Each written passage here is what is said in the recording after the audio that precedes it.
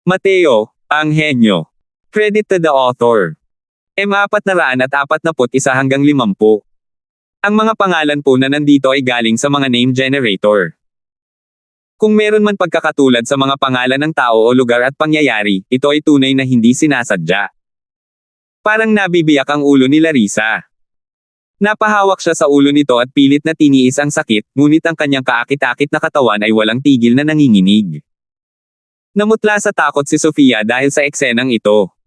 Sa paningin niya, si Larissa ay halos isang walang talo na nilalang. Kahit ang emperador ng hangin ay pinaglalaroan lang sa kanyang mga palad. Paano siya magkakaroon ng sakit ng ulo? Nako! Sa sandaling iyon, bumulong si Mateo sa gilid habang natutulog at gayon din ay nakakunot ang noo, tila ba labis na nalungkot. Crosswell. Guro, ayos lang po ba kayo? Ganito ang dalawang individual na ito ng sabay. Si Sofia ay lubos na nalilito at hindi alam kung ano ang dapat niyang gawin. Nahihirapan si Mateo na idilat ang dalawang mata at napansin niyang medyo kakaiba at pamilyar ang paligid. Hindi pa ako patay. Mahinang sabi ni Mateo. Ito na dapat ang oras kung kailan siya ang pinakamalubhang na sugatan simula ng muling ipanganak. Dati, gaano man kalala ang kanyang sugat, basta't umiinom siya ng mga gamot, makakabalik siya sa dati niyang kalagayan sa loob ng wala pang 2 araw. Pero sa pagkakataong ito, kung hindi dahil sa pagtulong ni Larissa na protektahan ang tibok ng kanyang puso, malamang ay napakokak na si Mateo. Hindi namatay. Guro, napakagaling mo, bakit ka mamamatay? Mahinang humagulgol na sabi ni Sofia. Si Sofia to, ha? Sino siya? Biglang nakita ni Mateo ang isang matang may sakit na nakatitig kay Larissa at mahinang nagtanong. Master, hindi mo ba talaga kilala ang senior na ito? Akala pa nga ni Sofia ay magkarelasyon ang 2 taong ito. Sino ang mag-aakala na hindi siya kilala ni Mateo? Ito ang nagdulot sa kanya ng matinding pagkalito. Sa pagkakataong ito, biglang napaungol si Larissa at tuluyang bumagsak. Senior. Napatalon sa takot si Sofia at dali-daling inalalayan si Larissa, inihiga ito sa lupa. Master, ano na ang dapat kong gawin ngayon? Naguluhan si Sofia at tinanong si Mateo. Mahinang sabi ni Mateo, walang pagpipilian. Lahat ng enerhiya ng asensya sa katawan ko ay tuluyang nawala. Hindi ako lubos na makapag-ipon ng kahit anong lakas. Bakit? Bakit parang pamilyar ang anino ng babaeng ito? Guro, hindi mo ba talaga nakikilala si Senior? Nang marinig ang mga salita ni Mateo, nag-aalinlangang tanong ni Sofia. Huwag. Ang ibig sabihin ng hindi makilala ay, huwag mong kilalanin. Bakit ako magsisinungaling sa iyo? Natigilan si Mateo. Mula sa anggulo ni Mateo, kitang-kita niya ang hitsura ni Larissa. Ang walang kapintasang mukha na ito ay tiyak na magpaparamdam sa bawat lalaki na hindi niya kayang magdumi. Kahit na si Mateo ay kasalukuyang malubhang na sugatan, nakakaramdam din siya ng kaba sa pananabik. Ngunit naglakas loob si Mateo na kumpirmahin na ito talaga ang unang beses na nakita niya ang mukhang ito. Pero Senior, iniligtas ka niya mula sa kamay ng Wind Emperor. Paano nangyaring hindi mo siya kilala? Naguguluhan na sabi ni Sofia. Sa pagkakataong ito, si Mateo naman ang nagulat. Kaya, siya ang nagligtas sa akin. Oo nga. Ang galing talaga ng Senior. Kahit ang Wind Emperor ay hindi niya katapat.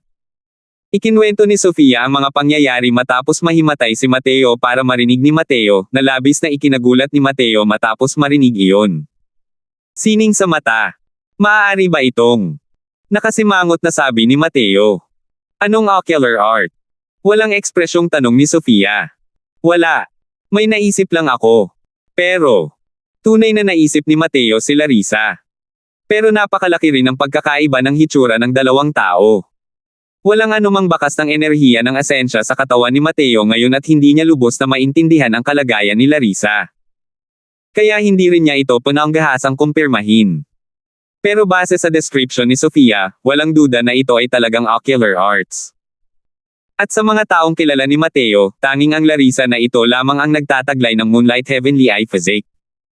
Pero ang problema ay ang lakas lamang ni Larissa sa Crystal Formation Realm. Maaari kayang sadyang itinago ni Larissa ang kanyang lakas. Kung kaya lang talagang paglaruan ni Larissa kahit si Tommy, hindi rin naman kahanga-hanga ang pagtatago ng lakas nito sa harap niya. Bukod pa rito, ang anyo ng babaeng ito sa harap niya ay halos kapareho ng kay Larissa. Posible kayang na silang dalawa ay iisang tao lang. Guro, ano na ang dapat kong gawin ngayon? Naramdaman ni Sofia na dapat siyang gumawa ng paraan. May mga gamot para sa paggaling sa aking imbakan. Pero hindi ko magamit ang kahit anong enerhiya ng asensya ngayon. Tulungan mo akong ilabas ito. Sabi ni Mateo. Sige. Pagsang-ayon ni Sofia. Bawat martial artist ay may kanya-kanyang kakaibang paraan ng pagbubukas ng kanilang mga singsing. Hanggat sinasabi ni Mateo kay Sofia ang paraan ng pagbukas, mabilis niya itong mabubuksan. Sinunod ni Sofia ang mga tagubili ni Mateo at sa wakas ay natagpuan niya ang Asher Profound Heart Nourishing Pill at hinayaan si Mateo na uminom ng isa. Sa pagkakataong ito, ang mga pinsala ni Mateo ay seryosong malala. Kahit na matapos niyang inumin ang Asher Profound Heart Nourishing Pill, napakabagal pa rin ang paggaling ni Mateo. Pagkatapos ng kalahating araw, sa wakas ay nakabawi na si Mateo ng lakas at halos hindi na makatayo. Nahirapan siyang lumapit kay Larissa at inabot ang palso nito. Para sa kanyang tagapagligtas, natural lamang na hindi siya hahayaang makoma ng walang kontrol. Pero sa pagbasa ng palso, hindi napigilan ni Mateo na mabahala ng husto. Ang napakaganda at napakagandang babaeng ito ay ang pangit na babaeng si Larissa, na iniligtas niya noon. Dahil dito, hindi napigilan ni Mateo na medyo maguluhan. Kung titingnan ito, ang pagliligs niya sa kanya noon ay isang kalabisan lamang. Sa lakas na ipinakita ni Larissa, napakadali lang talagang lipulin ang grupo ng mga taong iyon. Biglang naalala ni Mateo ang mga pangyayari sa Eternal Splendor Palace. Sa pag-iisip ngayon, si Larissa pala ang nagpoprotekta sa kanya sa dilim. Biglang naramdaman ni Mateo na napakatanga niya. Hindi ba't ang pag-divert ng mga atake, ang ganitong uri ng concept of space, ay isa sa mga kakayahan ng Moonlight Heavenly Eye? Masyado lang talagang komplikado ang sitwasyon noon at hindi masyadong nag-isip ng malalim si Mateo. Kung maaalala ngayon, wala nang hihigit pa sa pasasalamat ni Mateo kay Larissa. Sa loob ng maraming buwang ito, si Larissa ay palaging nasa tabi niya at handang tumulong kapag siya ay nasa panganib. At sa pagkakataong ito, muling ginamit ni Larissa ang Moonlight Heavenly Eye, dahilan para mas lumakas ang dalawang uri ng spirit physics na pumipighati sa kanyang banal na kaluluwa, na nagresulta sa tuluyang pagsiklab ng kanyang karamdaman.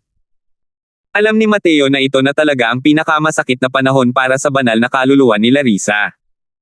Hindi basta-basta kalaban si Tommy. Hindi maiiwasang maubos ni Larissa ang malaking soul force para magamit ang Moonlight Heavenly Eye para gamitin kay Tommy. Walang dagdag patong nakapahamakan ito sa kasalukuyang kondisyon ni Larissa. Habang iniisip ang hanggang dito, hindi sinasadyang sinisi ni Mateo ang sarili niya ng husto at naantig. Kung titingnan ngayon, malamang na sinundan at pinrotektahan siya ni Larissa dahil iniligtas siya nito at tinulungan siyang masuri ang kanyang kondisyong medikal. Paanong hindi nito maaantig si Mateo? Master, Senior. Ayos lang ba siya? Nag-aalalang tanong ni Sofia. Umiling si Mateo at sinabing, wala naman akong magiging malaking problema sa ngayon.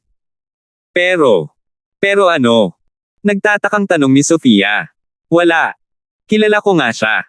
Pero, ibang-iba ang itsura niya ngayon kumpara noong una ko siyang nakita. Kaya hindi ko siya nakilala, sabi ni Mateo. Tulad ng sabi ko, paanong hindi kilala ni Master si Senior? Haha. Wala naman siyang malaking problema sa ngayon, pero kailangan ko pa ring ibalik ang lakas ko sa lalong madaling panahon para matulungan siyang mapino ang ilang bagay. Sofia, 50% blood essence ang nasunog ko ng sabay-sabay. Masyadong mahina ang katawan ko ngayon at hindi ko kayang pinoy ang mga medicinal pills. Sa 2 araw na ito, gagabayan kita. Tutulungan mo si Master na mabawi ang lakas sa lalong madaling panahon. Sabi ni Mateo. 442. Pagkatapos ng kalahating araw, basang-basa ng pawis si Sofia, hinihingal na nakadapa sa tabi ng square cauldron. Master, mapalad ang disciple na hindi bumagsak sa assignment at sa wakas ay na-refine ang Essence Vigor Pill. Kahit pagod na pagod, mukhang nasa sabik si Sofia. Ang gamit ng Essence Vigor Pill ay para matulungan ang mga martial artist na mabawi ang blood essence. Napakahirap i-refine ang high-level tier 3 medicinal pill. Para kay Sofia, ang Essence Vigor Pill ay napakahirap pinuhin. Dahil sa kanyang mga nakaraang pamantayan, imposibleng pinuhin ito. Ngunit, sa loob ng kalahating araw na ito, sa ilalim ng gabay ni Mateo, matagumpay siyang nagpino na parang tubig na umaagos kapag nabuo ang isang kanal. Marami pang natitirang mga halamang gamot si Mateo. Pinagsama-sama niya ang lahat ng ito at pinagsama-sama ang dalawang bahagi ng mga halamang gamot para pinuhin ang Essence Vigor Pill. Para hindi masayang ang mga halamang gamot, maraming beses na pinagsimulate ni Mateo si Sofia bago pumayag na simulan niya ang pagpipino.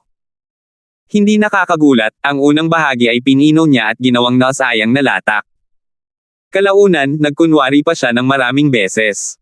Sa pangalawang pagpipino, direktang pinino ni Sofia ang isang middle grade Essence Vigor Pill.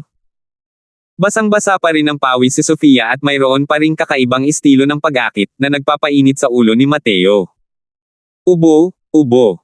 Nagtrabaho ka ng husto, medyo nahihiyang sabi ni Mateo. Pero si Sofia ay nasa isang estado ng labis na kagalakan ngayon at hindi niya napansin ang pagkapahiya ni Mateo. Pinunasan niya ang pawis sa kanyang noo at sinabing, hindi mahirap, hindi mahirap.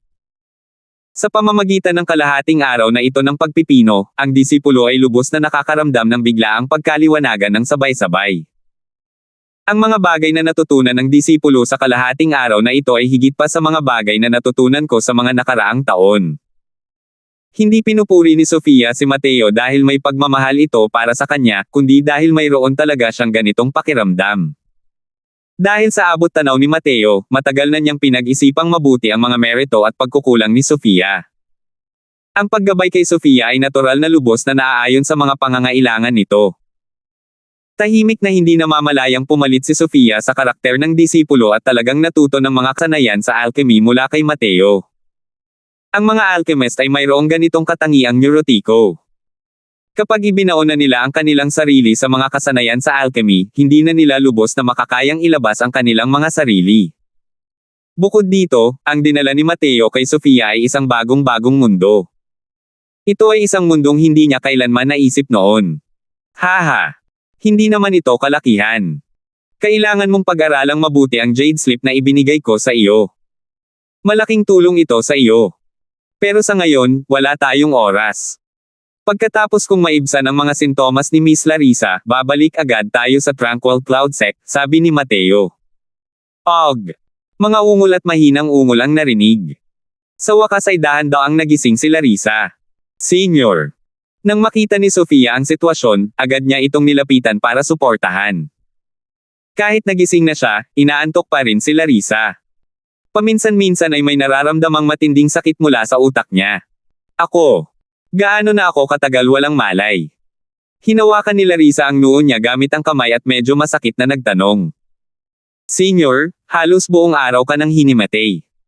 Kami ni Master ay labis na nag-alala para sa iyong kaligtasan. Mas maayos ka na ba ngayon? Tanong ni Sofia. Master. Hindi pa lubos na nakapag-react si Larissa. Hindi sinasadyang inangat niya ang kanyang ulo at nagkataong sinalubong siya ng tingin ni Mateo. Gumising ka na pala. Biglang hindi alam ni Larissa kung paano haharapin si Mateo. Tutal, medyo hindi inaasahan ang pagdating niya. Tumanggaw si Mateo at sinabing, Mabuti na lang at nandyan si Miss Larissa na tumutulong sa pag-iingat ng meridian ng puso ko. Kung hindi, malamang matagal na akong napapaos. Hindi kayang pasalamatan ang malaking kabaitan. Ang sakit ni Miss Larissa, iwan mo na lang kay Mateo. Bahagyang lumubog ang mga talukap ni Larissa nang sabihin niya, kaya, alam mo na akong ako ito. Pero hindi tinulungan ni Larissa si Mr. Croswell para lang maisigawa ang transaksyong ito sa iyo. Kahit kalmado ang mga salita ni Larissa, nahalata pa rin ni Mateo ang bahid ng galit nito. Hindi rin nakikipagkasundo itong si Croswell kay Miss Larissa. Pangako ito. Totoo ako sa mga sinasabi ko. Gaano man kahirap ang pangakong ito, tiyak na matutupad ito ni Croswell. Mahinahong sabi ni Mateo.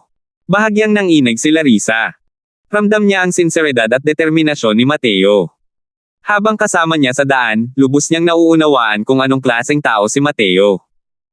Sa mga salitang iyon ni Mateo, kahit mamatay pa siya, matutupad niya ang kanyang pangako.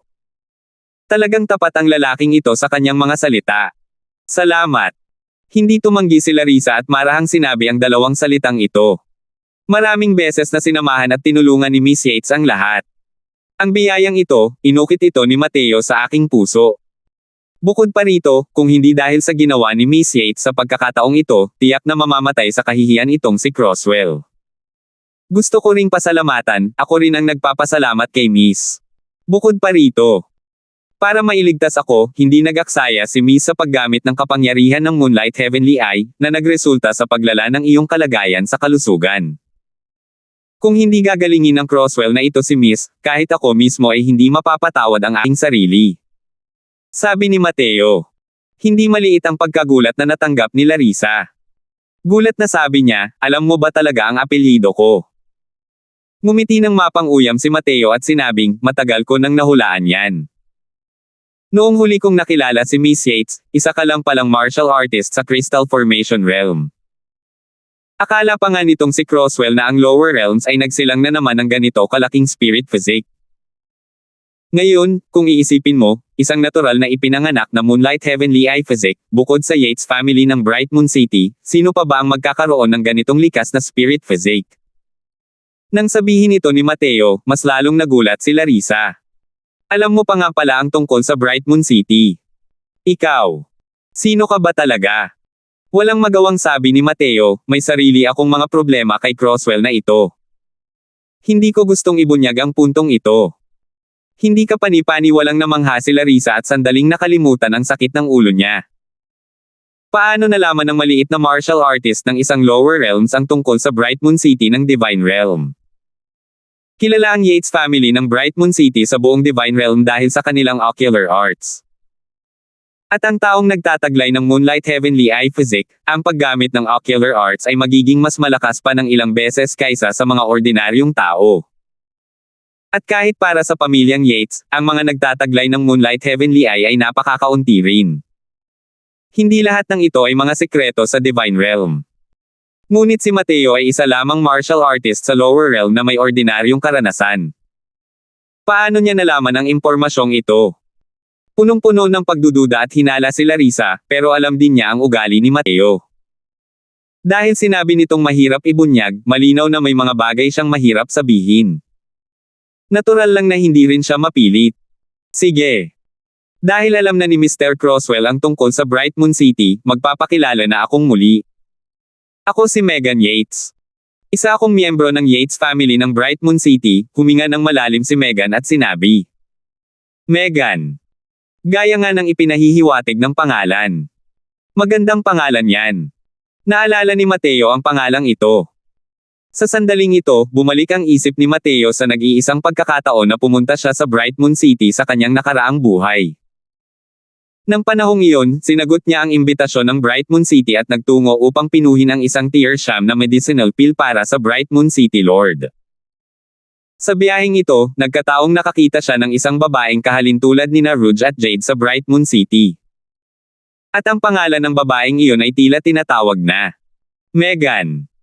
Sa pag-alala ngayon, sa wakas ay pinagsama ni Mateo ang tingin ng babaeng iyon at si Megan sa harap niya. Nagkataon nga bang nagkataon lang ang mga pagbabago sa buhay? Hay nako! Ano pa nga ba ang saysay ng magandang pangalan? Sabi ng lahat, ang magagandang babae ay madalas na may malungkot na buhay. Hindi ko rin naman maiiwasang mabigani ng tadhana, sabi ni Megan nang may nanlalabong ekspresyon. Naalala ni Mateo ang kanyang mga iniisip at sinabing, hindi kailangang maging ganito si Miss Yates. Ang salitang krisis ay nagtatago ng malalalim na sikreto. Hanggat kaya mong lutisin ang tunggalian sa pagitan ng dalawang uri ng espiritong katawan na ito, hindi lamang si Miss Yates ay magiging walang pinagkaiba sa mga ordinaryong tao, lalabas ka pa mula sa bahay-od upang maging isang paro-paro, at magiging isang walang kapantay na makapangyarihang pag-iral. 443. Hindi gaanong nakapagpabuti ng mood si Megan ang mga sinabi ni Mateo, na para bang wala siyang gaanong interes na maging isang walang kapantay na makapangyarihang nilalang. Hay nako! Paano kung hindi matatalo sa ilalim ng langit? Kalimutan mo na, kalimutan mo na. Huwag mo nang pag-usapan ito. Hindi ba't sinabi mo na sa pamamagitan lamang ng pagpino ng isang tier 8 medicinal pill ay hahayaan mong mahati ang aking banal na kaluluwa? Pero ikaw, Sabi ni Megan. Tumanggaw si Mateo at sinabing, oo nga. Isa pa, ang paggamit mo ng kapangyarihan ng Moonlight Heavenly Eye sa pagkakataong ito ay lalong nakakasakit sa banal na kaluluwa. Ito ang dahilan kung bakit lumala ang iyong kondisyon ng ilang panahon. Sa ngayon, malamang na 2 taon na lang ang natitira sa iyo. Bumulong si Megan ng malalim, 2 taon lang naman di ba? Sabi ni Mateo, hindi mo kailangang panghinaan ng loob Miss Yates. Kahit hindi ko kayang pinuhin ang tier 8 medicinal pills sa loob ng 2 taon, may mga paraan ako para maantala ang paglala ng kondisyon. Anong mga paraan? Iniisip ko kung narinig na ni Miss Yates ang tungkol sa Asher Spirit Tree dati.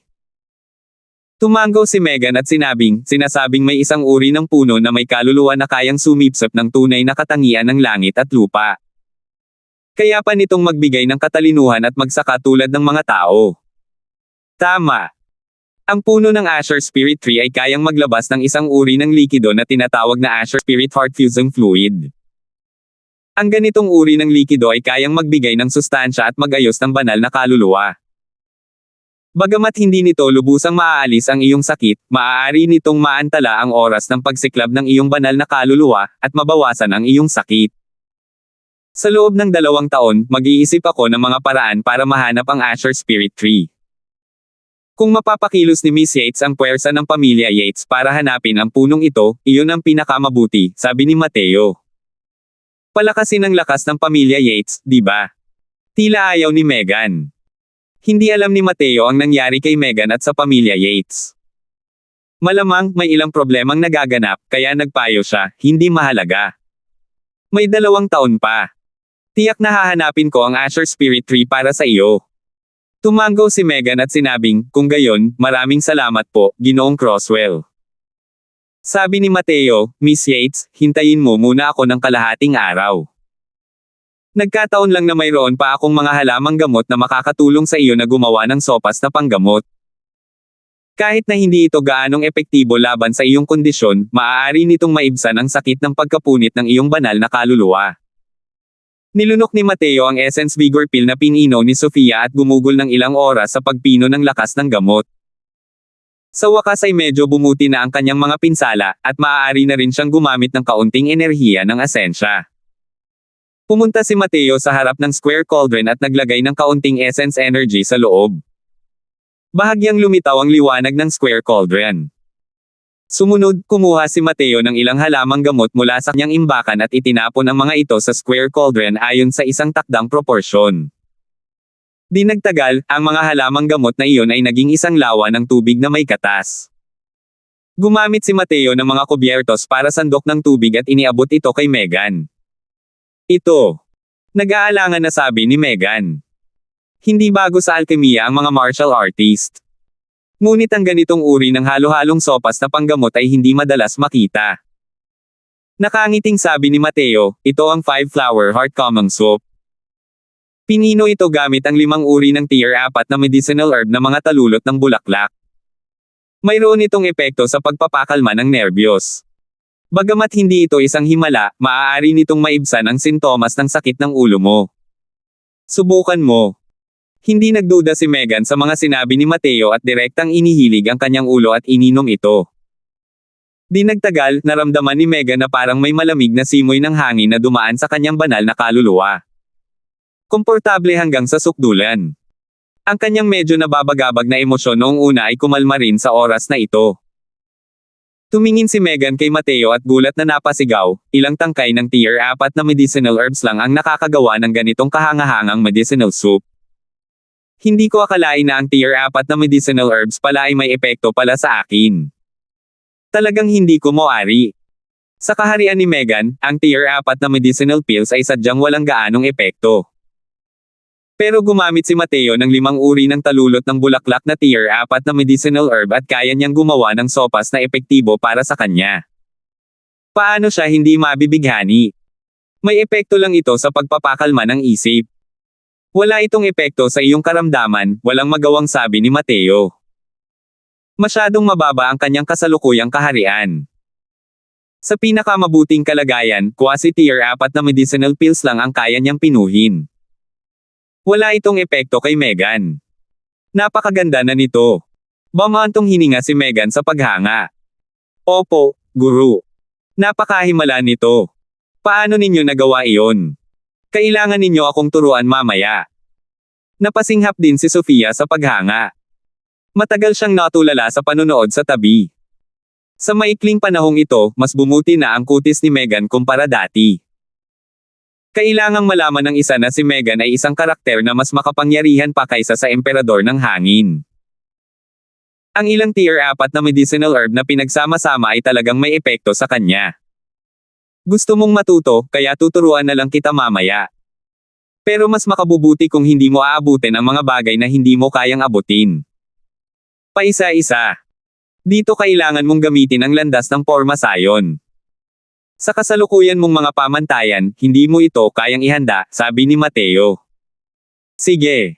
Dahan-dahan lang akong matututo. Kuripot. Tumikim si Sofia at umakto na parang isang batang spoiled. Sa harap ng dalawang dilag, hindi sinasadyang nakaramdam si Mateo ng napakaswerte sa pag-ibig. Pero wala nang lakas si Mateo para malunod sa pag-ibig ngayon. Medyo nag-aalala siya para sa Tranquil Cloud Sect. Pinakawalan ni Mateo si Julian at ang iba pa mula sa Spatial Spirit Artifact. Wala pa rin silang ekspresyon sa kanilang mga mata. Sa panahong ito, hindi pa rin natatanggal ni Mateo ang kanilang mga pagpipigil sa banal na kaluluwa. Ang ganitong uri ng banal na pagpigil sa kaluluwa ay naiiba sa mga selyo ng alipin. Maaari itong masira upang maibalik ang kalayaan ng isang tao. Matapos magtanim ng selyo ng alipin, hindi nakikilalanan ng alipin ang ibang tao bilang kanilang Panginoon. Bukod pa rito, madalas ding magkakaroon ng mga transaksyon at paglilipat sa pagitan ng mga alipin. Malinaw na hindi sapat ang paglalagay ng mga selyo ng alipin. Kaya naman, kapag nagbebenta ng mga alipin, karamihan ay naglalagay ng mga hadlang sa kanilang mga banal na kaluluwa upang maging madali para sa mga may-ari na kontrolin ito. Naabot ni Mateo ang kanyang banal na kaluluwa sa dagat ng kamalayan ni Julian. Nabigla si Sofia sa takot. Dali-dali niyang sinabi, "Anong ginagawa mo, guro?" Ang kanilang mga banal na kaluluwa ay may mga pagpipigil na inilagay ng isang napakalakas na figure. Ang isang sandali ng kapabayaan ay makakasira sa kanilang mga banal na kaluluwa. Maingat na tinulungan ni Mateo si Julian na alisin ang mga pagpipigil habang may sapat na lakas para sabihin kay Sofia, mga simpleng trick lang. Tunay nga, sa isang iglap, unti-unting bumalik sa linaw ang tingin ni Julian. Nang makita niya si Mateo sa harap niya, agad na tumulo ang mainit na luha niya habang sinasabi, Junior brother. Hindi ko inakalang makikita pa rin kita balang araw. Nang makitang ganito si Julian, hindi maganda ang pakiramdam ni Mateo. Sa paglalakbay na ito sa kailaliman ng Fierce Gale World, masasabing may 9 na pagkakataon si Mateo na mamatay at isang pagkakataong mabuhay, at muntik nang mawala ng buhay ng ilang beses. Sa huli, kung hindi lang dahil sa ginawa ni Megan, mapahiya pa siya ni Tommy hanggang sa mamatay. Sa isip ko ngayon, puno pa rin ito ng mga paghihirap. Tapos na ang lahat, tapos na ang lahat. Pangaalo ni Mateo. Nag-uusap ang dalawa, at sinimulang tanggalin ni Mateo ang mga paghihigpit sa banal na kaluluwa para sa iba. Nang makita muli ng grupo ng mga nakatatanda si Mateo, napuno sila ng samot-saring damdamin, at agad na nagbigay daan sa pakiramdam ng buhay matapos makaligtas sa isang sakuna. Nag-usap-usap sandali ang iilang tao nang biglang bumantong hininga si Mateo, nakakalungkot, si Elder Mold ay nakakulong sa kaibuturan ng palasyo ng hari noon. Hindi ko siya nailigtas bago natuklasan ang aking pagkakakilanlan. Hay! Si Megan, na tahimik na nanunood sa mga nakatatandang ito na nagpapasalamat kay Mateo sa buong oras na nasa tabi niya, ay napabuka ang kanyang bibig nang marinig niyang binanggit ni Mateo si Chester sa oras na iyon, nakalimutan kong sabihin sa iyo. Nailigtas na si Elder Mold. Habang sinasabi niya, gumalaw ang daliri ni Megan. Dalawang figure ang lumitaw sa harap ng lahat. Napakalinaw, si Megan ay mayroon ding bagay na katulad ng isang Spatial Spirit Artifact. Isa na sa kanila ay si Chester na matagal nang hindi nakikita. Samantalang ang isa pang tao ay natural na katulong ni Megan, si Eileen. Binibini, bakit ngayon mo lang ako pinalabas? Muntik na akong mamatay sa Skull. Malungkot na sabi ni Eileen. 444. Kuya Mold. Nang makita ng lahat si Chester, tuwang-tuwa silang lahat. Maging si Mateo ay tumingin din kay Megan nang may pagtataka, gustong malaman kung ano ang nangyayari. Pero napatalon siya sa takot nang tignan niya ito. Muling nagpalit si Megan bilang isang babaeng mapatla ang mukha at pangit. Bukod pa rito, ang kanyang kaharian ay naging Crystal Formation Realm din. Nakasama na naman ni Mateo ang kanyang mga senior at hindi na talaga nangyari iyon nang maging ganito si Megan. Pero alam na alam ni Mateo sa puso niya na ayaw ni Megan na ibunyag ang kanyang pagkakakilanlan. At ang mga nakatatandang ito ni Mateo ay ilang beses nang dumaan sa buhay at kamatayan at mayroon pang ang mga banal na pagpigil sa kaluluwa na inilagay ng iba. Paano pa kaya nila maaalala ang pangit na babaeng ito na hindi nila inaasahang nakasalamuhan noon? Sabi ni Megan, nang nakaharap ni Ginoong Croswell ang emperador ng hangin, palihim na pumasok ang misteryosong ekspertong iyon sa palasyo ng hari at iniligtas si Elder Mold, at ibinigay siya sa akin. Naging isang misteryosong eksperto si Megan, samantalang isa lamang siyang ordinaryong martial artist. Bukod pa rito, naunawaan pa nga ni Mateo ang kahulugan sa likod ng mga salitang ito. Ang dahilan kung bakit nahuli si Megan ay para iligtas si Chester. Nagkamali lang siya ng pag-unawa sa sitwasyon at inakala niyang matutulungan ng Star Abyss si Mateo na makayanin ito ng pansamantala. Sino ang mag-aakala na ang emperador ng hangin ay walang pakialam sa mukha ng Star Abyss at direktang pinagbuhatan ng malupit na kamay si Mateo? Agad na naintindihan ni Mateo, at sinundan niya ito at sinabing, ganito pala. Talagang nagpapasalamat ako sa misteryosong ekspertong iyon. Kung hindi, wala ni isa sa atin ang makakabalik sa pagkakataong ito. Hindi masyadong binigyang pansin ng grupo ng mga nakatatanda ang babaeng ito na hindi naman talaga kaakit-akit ang itsura. Sa halip, si Sofia ang dahilan kung bakit hindi sinasadyang napatingin ang ilan. Pero ang kanilang atensyon ngayon ay kay Chester pa rin. Hindi nagatubili si Mateo at mabilis na tinulungan si Chester na alisin ang mga pagpipigil ng banal na kaluluwa. Ako. Mayroon pa rin akong araw kung saan makikita ko muli ang liwanag ng araw. Nang makita ni Chester ang lahat, siya ay napuno rin ng emosyon, at ang kanyang buong pagkatao ay tila tumanda ng husto. Pagkatapos ng isang maliit na pag-uusap, biglang sinabi ni Chester kay Julian at sa iba pa, si Mateo ay palihim na pumasok sa Fierce Gale World ng mag-isa. Tiyak na malapit na itong mamatay. Ang mga pagsubok na naranasan sa pagitan nito ay hindi natin maiisip. At ngayon, iniligtas niya tayong lahat. Sa pabor at makatuwiran, dapat natin siyang pasalamatan. Gaya ng sinabi niya, nanguna si Chester at same time na yumuko kay Mateo. Hindi pa naaagapan ni Mateo si Chester nang sumunod ang iba na may same time na pagyuko. Elder Mold, mga senior brothers, ang pagsadyap sa inyo ay isang bagay na nasa loob ng aking tungkulin. Kailangan nating magmadaling bumalik sa Tranquil Cloud Sect at ipaalam kay Lord Sectmaster ang tungkol sa pagsalakay ng Fierce Gale World. Sabi ni Mateo. Natural lang na walang dahilan ang lahat para hindi sumang-ayon. Nag-impake sila at tumungo sa Cloud Dream Mountain Range. Pagkalipas ng isang buong araw, sa wakas ay lumitaw ang grupo ni Mateo sa labas ng Cloud Dream Mountain Range. Habang nakatingin sa nagliliyab na araw sa kalangitan, lahat ay napabuntong hininga sa kanilang mga puso. Sa buong daan na ito, nakatagpo na tayo ng ilang alon ng mga martial artist ng Fierce Gale World. Mukhang ang Cloud Dream Mountain Range ay naging base camp na nila. Nakasimangot na sabi ni Chester. Ilang buwan na ang nakalipas simula nang may ugnay ang pasilyo. Hindi nakakaiba ang paggawa ng punong himpilan ng mga mababangas na martial artist ng Gale World. Hindi ko rin alam kung ano na ang Tranquil Cloud Sect ngayon. Nag-aalala talaga ako para kina Lord Sectmaster at Master, sabi ni Julian. May ilang buwan pa ring oras ng paglalakad mula rito patungo sa Tranquil Cloud Sect. Napakatagal na panahon, hindi ko alam kung bakit mangyayari ang hindi inaasahang pangyayari. Nag-aalalang sabi ni Chester. Matagal nang pinapyunas ng mga tao ang mga bangkang espirito sa kanilang mga katawan. Ngayon, halos mag-isa na sila. Kalimutan mo na ang mga spirit boat, kahit isang piraso ng essence crystal ay hindi pwede. Sa pagkakataong ito, si Sofia na hindi nagsalita sa buong oras ay biglang bumukas ang bibig para sabihin, kung spirit boat yan, meron pa rin ako.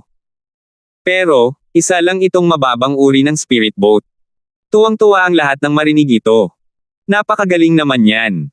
Maaari bang ipahiram sa atin ang bangkang espiritu ni Miss Brown para magamit natin? Makakaasa ka Miss Brown, basta't babalik tayo sa sekta, tiyak na bibigyan ka namin ng sapat na kabayaran, sabi ni Chester. Sa paglipas ng panahon, nalaman din ng lahat ang pinagmulan at pagkakakilanlan ni Sofia. Bilang punong disipulo ni Mateo, natural lamang na bibigyan siya ng sapat na respeto. Bukod pa rito, habang nasa daan, nasabi na ng madaldal na si Eileen ang iba't ibang uri ng bagay na ginawa ni Mateo sa Fierce Gale World. Natural na ikinagulat ng lahat hanggang sa natigilan sila ng matagal. Nasa 7th level Crystal Formation Realm na si Mateo ngayon. Sa realm pa lang, naabutan na niya si Julian, habang ang kanyang combat power ay nakapagpaalis pa sa lahat ng nasa likod nila sa ilang kalye. Kahit si Chester, ang elder ng sect na ito, ay malayong maging katapat ni Mateo. Base pa lang sa laban ni Mateo at Renan, maliban sa sect master na si Quinley, malamang, walang sino man sa buong Tranquil Cloud sect ang maglalakas loob na sabihin na tiyak na mananalo sila sa kanya. Kung babalik sila sa Tranquil Cloud sect, natural na tataas ang posisyon ni Mateo tulad ng kung paano tataas ang bangka kapag tumataas ang tubig, at magiging mataas na antas ng sekta. Alam din ng lahat na nangangahulugan ito na ang araw na umalis si Mateo sa Tranquil Cloud sect ay mas malapit. Binuka ni Chester ang kanyang bibig. Natural lang na hindi maganda para kay Sofia ang tumanggi. Sumakay ang grupo sa lumilipad na bangkang pang-espiritu at lumipad patungo sa direksyon ng Tranquil Cloud sect. Napakataas ng kalidad ng lumilipad na bangkang espiritu ni Sofia. 7 hanggang 8 araw lamang ang ginugol ng grupo para makarating lampas sa bundok ng Spirit Blessing.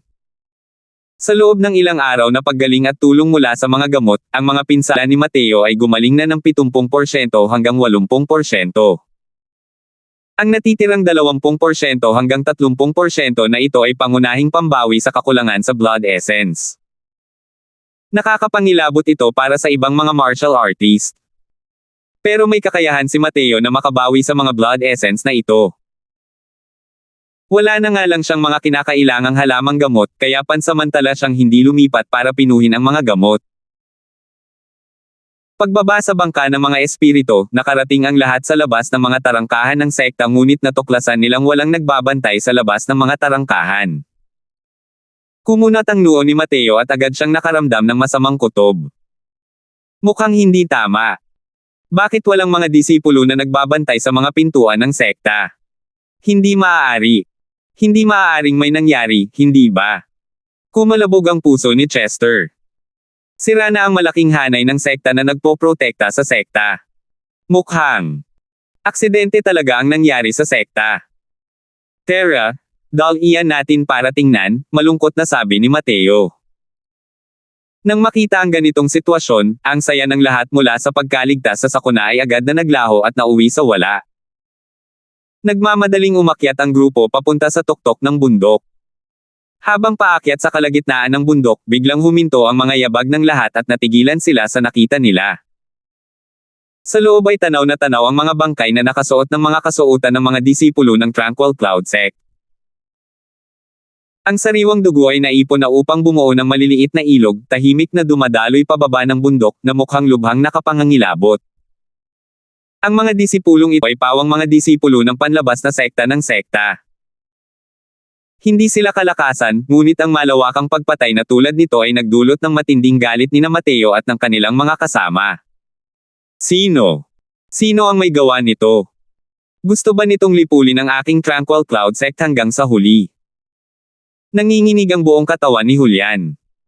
Ang eksenang ito ang nagpatindi sa kanyang galit. Mga utang na dugo na dapat bayaran ng dugo. Kapag nalaman ko kung sino ang may gawa nito, tiyak na puputulan ko siya ng pira-piraso. Nagngalit ang mga ngipin ni Tobian sa puot at sinabi. Ang pinakatahimik na si Tiwujo ay galit na galit din sa oras na ito, mahigpit na nakakuyom ang dalawang kamao. Malinaw na sinusubukan niya ang kanyang makakaya upang pigilan ang kanyang galit. Parang may mga alon ng enerhiya ng asensya na nagmumula sa tuktok ng bundok. Maaaring mayroong matinding labanan na nagaganap. Dal-iyan natin. Biglang sabi ni Mateo. 445. Nang marinig ang sinabi ni Mateo, lahat ay nagulat. Umabot na ba sa ganitong antas ang pananaw ni Mateo sa enerhiya ng langit at lupa?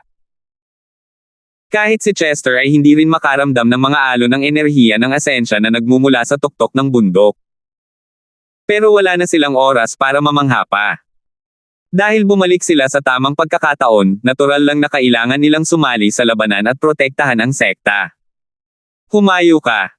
Patayin mo ang grupo ng mga walang hiya na ito at ipaghiganti mo ang mga patay na disipulong ito.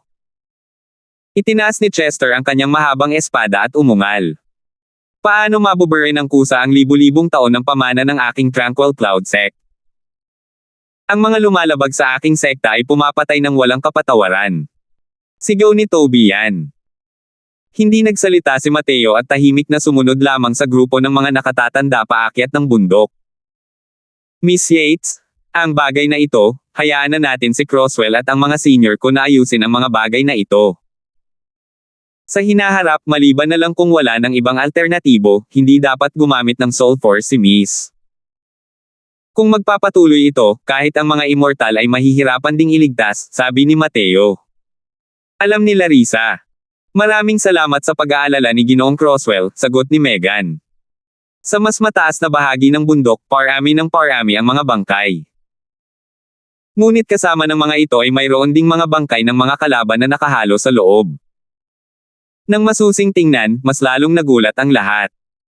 Sa mga katawan ng mga disipulo ng mga puwersang ito ng kaaway ay nakasuot pala ng kasuotan ng Purple Mansion Sect. Ito. Anong nangyayari dito? Maaari kayang ang mga sumalakay sa ating Tranquil Cloud Sect ay ang Purple Mansion Sect? Gulat na sabi ni Chester. Kung sasabihin ng isa kung sino ang may pinakamalaking posibilidad na salakayin ang ating Tranquil Cloud Sect, iyon ay walang iba kundi ang Heavenly Sky Sect. Bagamat malakas ang Purple Mansion Sect, sila pa rin ang naglakas loob na salakayin ang ibang mga sekta sa ilalim ng paningin ng Heavenly Sky Sect. Hindi kapani-paniwalang nagulat din si Julian. Hindi may kikaila ang lakas ng Heavenly Sky Sect. Sa pamamagitan lamang ng pagsasama-sama ng lakas ng iba pang 7 sekta ay mapapanatili nila ang isang maselang balanse sa Heavenly Sky Sect. Kung ang 7 iba pang sekta ay may panloob na labanan, paanong sasaluhin ng Heavenly Sky Sect ang ganito kagandang pagkakataon? Maaari kayang mapinsala ang lahat ng utak ng mga nasa mataas na antas ng Purple Mansion Sect. Nakalimutan niyo na ba si Frank? Biglang tanong ni Mateo. Biglang nagulat ang lahat. Paano nila makakalimutan si Frank? Ang mismong obra maestra ni Frank ang nagkulong sa kanila sa mga rehas at naging alipin pa nga. Mitigang nagtiis ang Purple Mansion Sect sa loob ng maraming taon. Malamang na ang kanilang lakas ay hindi kasing simple ng sa ibabaw. Hindi maituturing na matanda ang edad ni Frank at mayroon talaga siyang 4th level C Transformation Realm Cultivation. Hindi naman sinasabing marami silang eksperto, pero dahil itinatago nila ang ilang Soul Sea Realm Martial Artists, malamang na hindi ganoon kadali para sa Heavenly Sky Sect na gustong tuklasin, sabi ni Mateo. Sa sinabi ni Mateo, bumagsak ang puso ng lahat sa pinakamababa. Ang Purple Mansion Sect ay isang piyesa ng chess na ibinaon sa Endless World ng Wind Emperor. Matapos ang napakaraming taon ng lihim na pag-unlad, malamang na hindi na maarak ang kanilang lakas. Pakiramdam ng lahat sa kanilang mga puso na ang sitwasyon ng Southern Domain ngayon ay malamang na sumailalim na sa isang napakalaking pagbabago. Ngunit ang lahat ng ito ay para sa ibang pagkakataon. Hindi nang ahas na mag-atubili sina Chester at ang iba pa at binilisan ang paglalakbay at agad na nakarating sa tuktok ng bundok. Sa paningin pa lamang, ang buong Tranquil Cloud Sect ay nasa isang kaguluhan na. May mga labanan, at mga sigaw ng digmaan sa buong paligid. Puro mga bangkay ang nasa lahat ng dako. Ang dating tahimik at payapang Spirit Blessing Mountain ay nasa kailaliman na ng pagdurusa ngayon. Mga walang hiya sa Purple Mansion Sect. Mamamatay kayong lahat sa isang kakilakilabot na kamatayan. Arg! Sigaw ng isang disipulo ng Crystal Formation Realm, na nagbigay ng isang kaawa-awang sigaw at namatay kasama ang isang disipulo ng Purple Mansion Sect. Gayunpaman, ito ay isang sitwasyon lamang ng minorya. Mapabilang man o lakas, ang mga disipulo ng Purple Mansion Sect ay higit na nalampasan ang Tranquil Cloud Sect. Ang mga martial artist ng si Transformation Realm ng Purple Mansion Sect ay umabot na sa mahigit 12. Bagamat sila ay mga low stage si Transformation Realm lamang, sapat na ito para harapin ang ilang mga disipulo ng Crystal Formation Realm. Habang nasa panig ng Tranquil Cloud Sect, wala talaga silang nakitang kahit isang elder ng si Transformation Realm. Ang labanan ay isa lamang isang sitwasyong may kinikilingan. Maraming disipulo ng Tranquil Cloud Sect ang nakaharap ng mag-isa sa maraming tao mula sa kabilang panig. Paano sila naging katapat ng mga disipulo ng Tranquil Cloud Sect na ito? Nang makita ni Chester at ng iba pa ang ganitong kalunos-lunos na kalagayan, paano sila makakapigil? Hawak nila ang kanilang mga espada at malapit ng sumugod. Pero bago pa man siya makagalaw, may hamarang sa kanya mula sa likuran. Paglingon niya para tingnan, si Mateo pala iyon. Para lang marinig si Mateo na bahagyang nagbitaw ng dalawang salita habang naglalakad palayo kay Chester, "Payag mo ako." Lumipad ang anyo ni Mateo at nakarating sa gitna ng larangan ng digmaan. Agad na sumugod ang isang disipulo ng Purple Mansion Sect nang walang takot na mamatay. Agad na lumitaw ang isang asul na liwanag ng espada.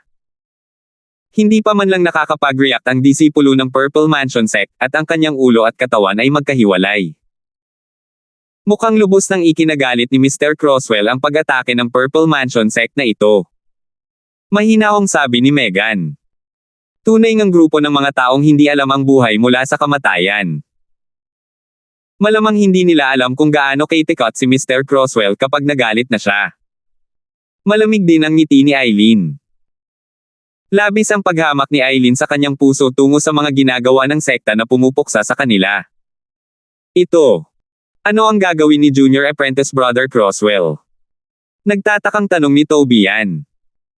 Tila medyo nahulaan ni Julian at gulat na sinabi, hindi niya tayo hinayaang umatake. Maaari kayang gusto niyang harapin ng mag-isa ang lahat ng mga disipulo ng Purple Mansion Sect. Anong klaseng biro ito? Mayroong ilang daang disipulo ng Purple Mansion Sect dito. Bukod pa rito, ang karamihan sa kanila ay mga martial artists ng Crystal Formation Realm. Sa kanila, mayroong mahigit 12 martial artists ng si Transformation Realm. Gusto ba ni Junior Apprentice Brother Crosswell hinaharapin ito ng mag-isa? Muntik nang mapatalon si Toby yan. Pero napanganga si Sofia at mayabang na sinabi, mag-ingat kayo. Master lang, sapat na. Nagpalitan ng tingin ang grupo ng mga nakatatanda at hindi makapaniwalang tumingin kay Mateo. At sa oras na ito, itinutok ni Mateo ang Kanghua Sword sa langit. Hindi mabilang na mga talulot ng bulaklak ang nagsimulang mamuo sa hangin. Ito. Ito ba ang thousand flowing petals ni Junior Apprentice Brother Crosswell? May mali ba? Paano niya nagawang paikliin ang napakaraming talulot ng bulaklak? Nakita na ni Toby yan ang thousand flowing petals ni Mateo minsan. Pero noon, isa pa ring martial artist sa Spirit Condensation Realm si Mateo. Noong panahong iyon, kahit na napakalakas ng galaw na ito, hindi ito kahanga-hanga sa ganitong antas. Parami ng parami ang mga talulot ng bulaklak na namumuo sa hangin. Sa wakas ay ikinabahala nito ang lahat ng martial artist na naruroon. Anong nangyayari dito? Bakit uulan ng mga talulot ng bulaklak mula sa langit? Ang tanga mo. Nabuo ito mula sa enerhiya ng langit at lupa. May nagcasting ng skill. Sino nga ba talaga ang may ganito kalakas na lakas? Kahit ang unang elder ay malamang hindi rin kayang gamitin ang ganitong kakilakilabot na enerhiya ng langit at lupa, tama ba? Bilasan mo, tingnan mo. Ang batang iyon ang nagcast. Sa oras na ito, sa wakas ay may ilang mga martial artists sa si Transformation Realm na nakaramdam na may mali. May sumigaw, bilasan ninyo. Magsama-sama kayong ilan at patayin ang punk na iyon. Medyo nakakatakot ang galaw na ito ng punk na iyon. Nang matapos ang mga salitang ito, mahigit 12 late-stage Crystal Formation Realm martial artists at ilang si Transformation Realm martial artists ang umalis sa kanilang mga orihinal na kalaban at lahat ay nagsama-sama patungo kay Mateo. Malamig na tiningnan ni Mateo ang eksenang ito, at mula sa kanyang bibig, malamig niyang sinabi, lahat kayo, mga latak, pwede na kayong umalis at mamatay. Ang mga talulot ng bulaklak na bumabalot sa buong kalangitan ay tila may espiritualidad sa sandaling ito, na kumukulong patungo sa mga martial artist ng Purple Mansion Sect. Ang daan-daang eksperto ng Purple Mansion Sect na naruroon ay nagduso lahat ng pag-atake ng mga talulot ng bulaklak. At ang mga martial artist na iyon ng si Transformation Realm ay lubos na nakatutok sa mga target. Ang mga talulot ng bulaklak na natipon sa kanilang tagiliran ay ilang beses na parang mga martial artist ng Crystal Formation Realm. Pagkatapos ng dalawang paghinga, may mga disipulo ng Purple Mansion Sect na nagsimulang umiyak ng malungkot. Pagkatapos ng 5 paghinga, parami ng parami ang mga disipulo ng Purple Mansion Sect na sumisigaw ng malungkot na iyak. Sandaling nagsalpukan, umalangaw-ngaw sa kalangitan ang di mabilang na malungkot na mga iyakan. Hindi napigilan ng mga disipulo ng Tranquil Cloud Sect na huminto ang panginginig nang marinig nila ang kawawang sigaw ng kanilang mga kalaban. 446. Sa ilalim ng nagliliparan ng mga bulaklak, para itong isang hilingan ng karne, walang pakundangang umaani ng buhay ng mga disipulo ng Purple Mansion Sect na ito. Pagkatapos ng 100 paghinga, ang buong tuktok ng bundok ay naging tahimik na parang kamatayan. Bukod kay Megan at sa isang maliit na minorya, lahat ay namangha sa eksenang ito. Lahat ng mga disipulo ng Tranquil Cloud Sect ay nakatitig ng mahigpit sa figure ng binata na nasa gitna ng larangan ng digmaan, hindi makapagsalita dahil sa gulat. Sa mismong sandaling ito, si Mateo ay maituturing na isang Diyos ng demonyo. Kahit ang mga disipulo ng Tranquil Cloud Sect ay hindi siya madaling makilala. Si Mateo ba? Pagkaraan ng mahabang panahon, may biglang nagtanong ng mahina, na tuluyang sumaire sa katahimikan ng larangan ng digmaan. Lumingon si Mateo para tignan. Isang pamilyar na tao pala iyon. Senior Apprentice Brother Jimmy. Sabi rin ni Mateo nang may bahagyang ngiti.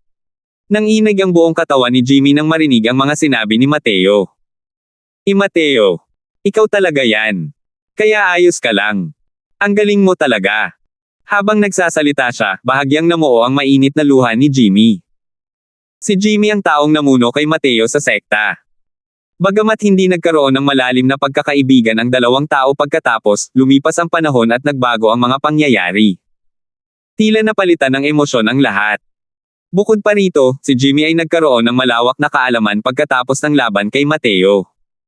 Sa panahong ito, matagal na siyang naging isang martial artist ng Crystal Formation Realm. Kaya naman, sa kanyang puso, si Jimmy ay lubos pa ring nagpapasalamat kay Mateo.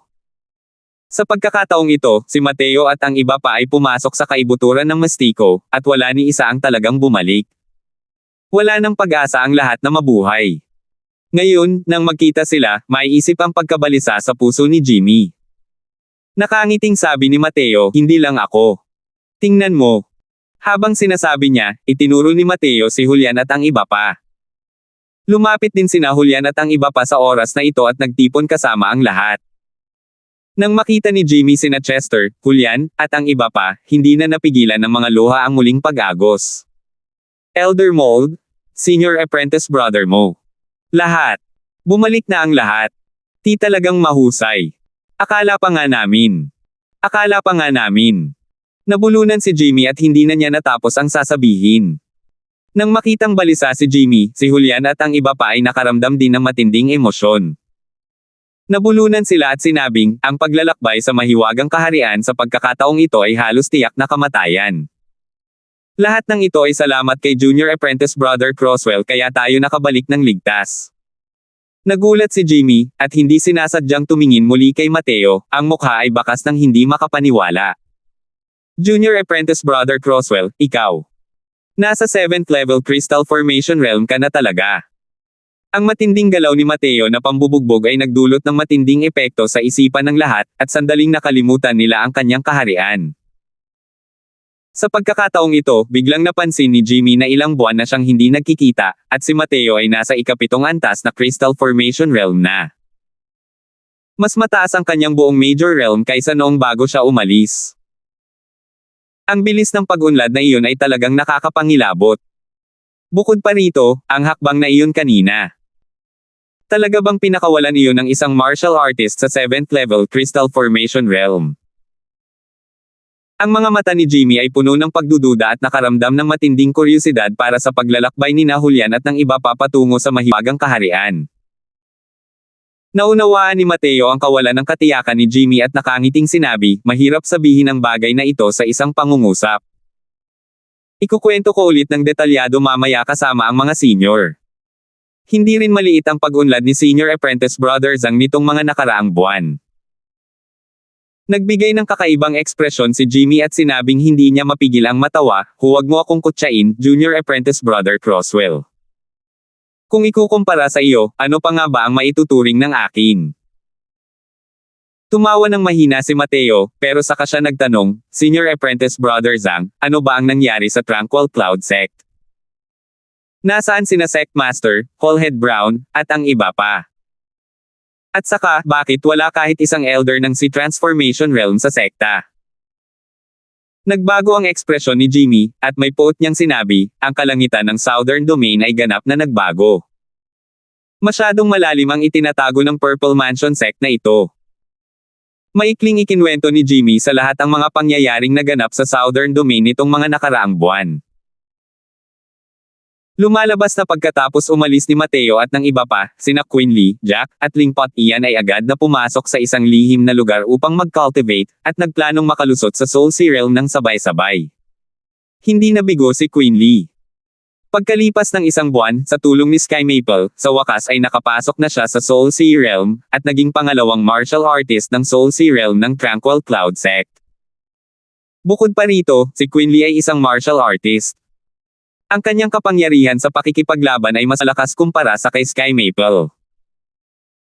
Dahil kay Quinley ang makapangyarihang Soul Sea Realm na ito, masasabing matatag na nakatayo ang Tranquil Cloud Sect sa titulong ito ng 8 dakilang sekta. Hindi nagtagal ay nakalusot at umalis din sa kanilang pag-iisa sina Jack at Lingpot Ian. Sabay silang nakalusot patungo sa Half-Step Soul Sea Realm. Hindi nagulat si Mateo sa balitang ito. Bago siya umalis, alam niyang pinipino ni Sky Maple ang mga soul luring pills at mga medicinal pills na makakatulong sa mga martial artist ng si Transformation Realm na makalusot. Ang kakaunti sa mga ito ay natural na may katuturan. Sa ilalim ng ganitong mga pangyayari, masasabing umuunlad ang Tranquil Cloud Sect sa bawat araw na lumilipes. Gayunpaman, mahigit isang buwan na ang nakalipas, lahat ng ito ay sumailalim sa isang pagbabago. Biglang tinahak ng Heavenly Sky Sect ang daan patungo sa kapahamakan sa pamamagitan ng pagpapadala ng mga imbitasyon para sa mga bayani sa 7 dakilang sekta, at pag-imbite sa mga Sect Master ng iba't ibang dakilang sekta upang magsagawa ng isang Southern Domain Sect Great Meet. Kahit na nakalusot si Quinley sa Soul Sea Realm, ang Heavenly Sky Sect ay makapangyarihan pa rin. Tinupad pa rin ng mga Sect Master ng 7 dakilang sekta ang kanilang appointment at pumunta sa Heavenly Sky Sect. Ngunit, pagkalipas ng kalahating buwan, biglang dumating ang balita mula sa 7 dakilang sekta, na nagsasabing pinilit ng Heavenly Sky Sect ang 7 dakilang Sect Master, at hiniling na pagsamahin ang 7 dakilang sect sa Heavenly Sky Sect. Tumanggi ang 7 dakilang Sect Master na sumunod kahit na sa kamatayan at ikinulong sila ng Heavenly Sky Sect. Dahil dito, ang 7 malalaking sekta ng Southern Domain ay tuluyang sumabog, lahat ay humihil na magpadala ng mga puwersa upang supulan ang Heavenly Sky Sect. Sa oras na ito, lumabas ang Purple Mansion Sect upang itaas ang kanilang kamao at sumigaw, hinihiling sa 7 malalaking sekta na magtipon upang maglunsad ng isang krusada laban sa Heavenly Sky Sect. Natural lamang na walang dahilan ang Tranquil Cloud Sect para tanggihan ito. Sina Grand Elder Sky Maple at Jack ay nagdala ng isang grupo ng mga elder at piling disipulo, at sumali sila sa dakilang hukbo ng ekspedisyon. Ngunit nag-ingat si Sky Maple bago siya umalis, tinipon ang 20 henyong disipulo ng sekta na may magagandang posibilidad, at hinayaan ang isang elder ng si Transformation Realm na pamunuan ang koponan upang tahimik na tumungo sa Northern Domain. Ngunit, sa pag-alis na ito, hindi na sila bumalik. Ilang araw na ang nakalipas, nang makatakas pabalik sa sekta ang isang elder na may malubhang pinsala, saka lamang nalaman ng mga disipulo na ang buong Southern Domain ay nilinlang ng Purple Mansion Sect. Ang pagtitipon ng Heavenly Sky Sect nitong Southern Domain Sect Great Myth ay tunay na isang aksyon na naghahanap ng sarili nilang kapahamakan. Napaka-arrogant ng Sect Master ng Heavenly Sky Sect noong malaking pagtitipon at gustong piliting isama ang 7 dakilang sekta sa Heavenly Sky Sect. Pawang katotohanan ang mga ito. Ngunit ang huling resulta ay biglang nag-alsa ang Sect Master ng Purple Mansion Sect na si Himing at kinontrol ang 7 Sect Master ng iba pang sect. Noon lang nalaman ng 7 magagaling na Sect Master na ang karaniwang simpleng himing na ito ay isa palang late-stage Soul Sea Realm powerhouse. Sa Southern Domain, ang late-stage Soul Sea Realm ay isa lamang matibay na pag-iral. Bago ang Great Myth ng Sect ng Southern Domain, matagal nang naghanda si Himing ng backup plan at mabilis na kinontrol ang Heavenly Sky Sect, na siyang nagsara ng balita. Ang Purple Mansion Sect sa panahong ito, bilang pangalawang pinakamalakas na sekta, ay hinikayat palabas ang lahat ng piling puwersa ng 6 na dakilang sekta sa ilalim ng panawagan. Sa huli, habang naglulunsad sila ng sama-samang pag-atake, biglang naglunsad ng pag-atake ang Purple Mansion Sect, nahuli ang 6 na sekta na hindi handa. Sa pagkakataong ito lamang alam ng 6 na sekta ang nakakatakot na lakas ng Purple Mansion Sect.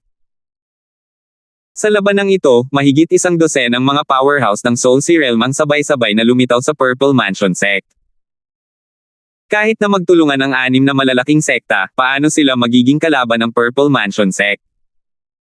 Lalo na't napakalalim ng pagkakatago ng Purple Mansion Sect na ikinagulat ng lahat. Dahil ang mga eksperto sa Sea Transformation Realm ang namamahala sa Array Formation, ang sect na nagpoprotekta sa Great Formation ng Tranquil Cloud Sect ay halos nasa pangalan pa lamang. Sa ilalim ng pagsasama-sama ng mahigit 12 ng eksperto sa Sea Transformation Realm, mabilis silang sumalakay sa loob. Sa sandaling ito, nakarating si Mateo at ang iba pa, at iniligtas ang isang grupo ng mga kapwa-apprentice. 447. Huminga ng malalim sina Chester at ang iba pa nang marinig nila ito. Mahigit 12 ng Soul Sea Realm powerhouse ang halos kayang lampasan ng Southern Domain. Kahit ang tinaguriang numero 1 dakilang sekta, ang Heavenly Sky Sect, ay wala ring gaanong maraming kapangyarihan sa Soul Sea Realm. Lalo na't ang Sect Master ng Purple Mansion Sect ay isang late-stage Soul Sea Realm powerhouse. Ang Southern Domain sa panahong ito ay mundo na ng Purple Mansion Sect. Kumunat din ang noo ni Mateo nang marinig iyon at nagtanong, Sect Master silang lahat. Sabi ni Jimmy, ikinulong ng Purple Mansion Sect ang lahat ng matataas na opisyal ng 7 sekta sa Towering Peak ng Heavenly Sky Sect, at mayroon silang 3 bantay na may kapangyarihan sa Soul Sea Realm. Nang marinig iyon ng lahat sila ay nakahinga ng maluwag. Hanggat nabubuhay pa sila, may pag-asa. Ngunit ang mga sumunod na salita ni Jimmy ay muling nagpabagsak sa kanilang mga puso. Sinabi ni Jimmy, ang Purple Mansion Sect ay nakahuli ng isang malaking grupo ng mga bilanggo sa pagkakataong ito. Nabalitaan ko na papatayin nila ang isang grupo araw-araw sa harap ng Sect Master at ng iba't ibang Grand Elder ng Sect. Ang layunin ay para mapasuko sila.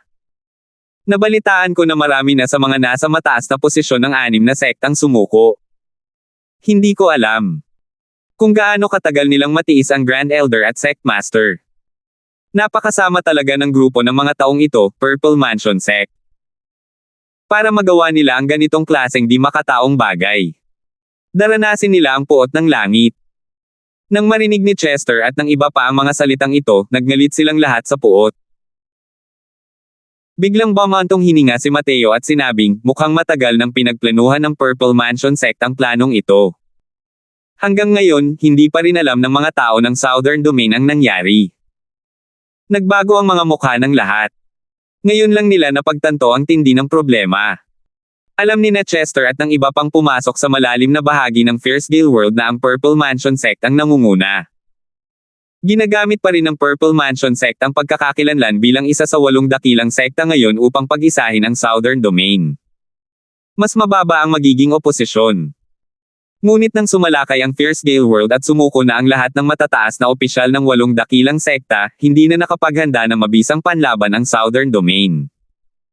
Sa panahong iyon, ang lupain ng 8 dakilang sekta ng Southern Domain ay agad na magiging base area ng Fierce Gale World. Madali silang makakakuha ng pwesto sa Southern Domain at maglunsad ng pag-atake sa Northern Domain. Dahil sa lakas ng pakikipaglaban ng Fierce Gale World, ang pag-atake sa Northern Domain ay malamang na hindi maiiwasan. Hindi inakala ni Mateo na 3 hanggang 4 na buwan pa lang ang lumipas at ganito nakalala ang sitwasyon. Nihalata ni Jimmy ang sinasabi ni Mateo at napansin niyang tila may mga bagay na hindi niya alam. Hindi niya mapigil ang magtanong, Junior Apprentice Brother Croswell, iniisip ko. Anong nangyari?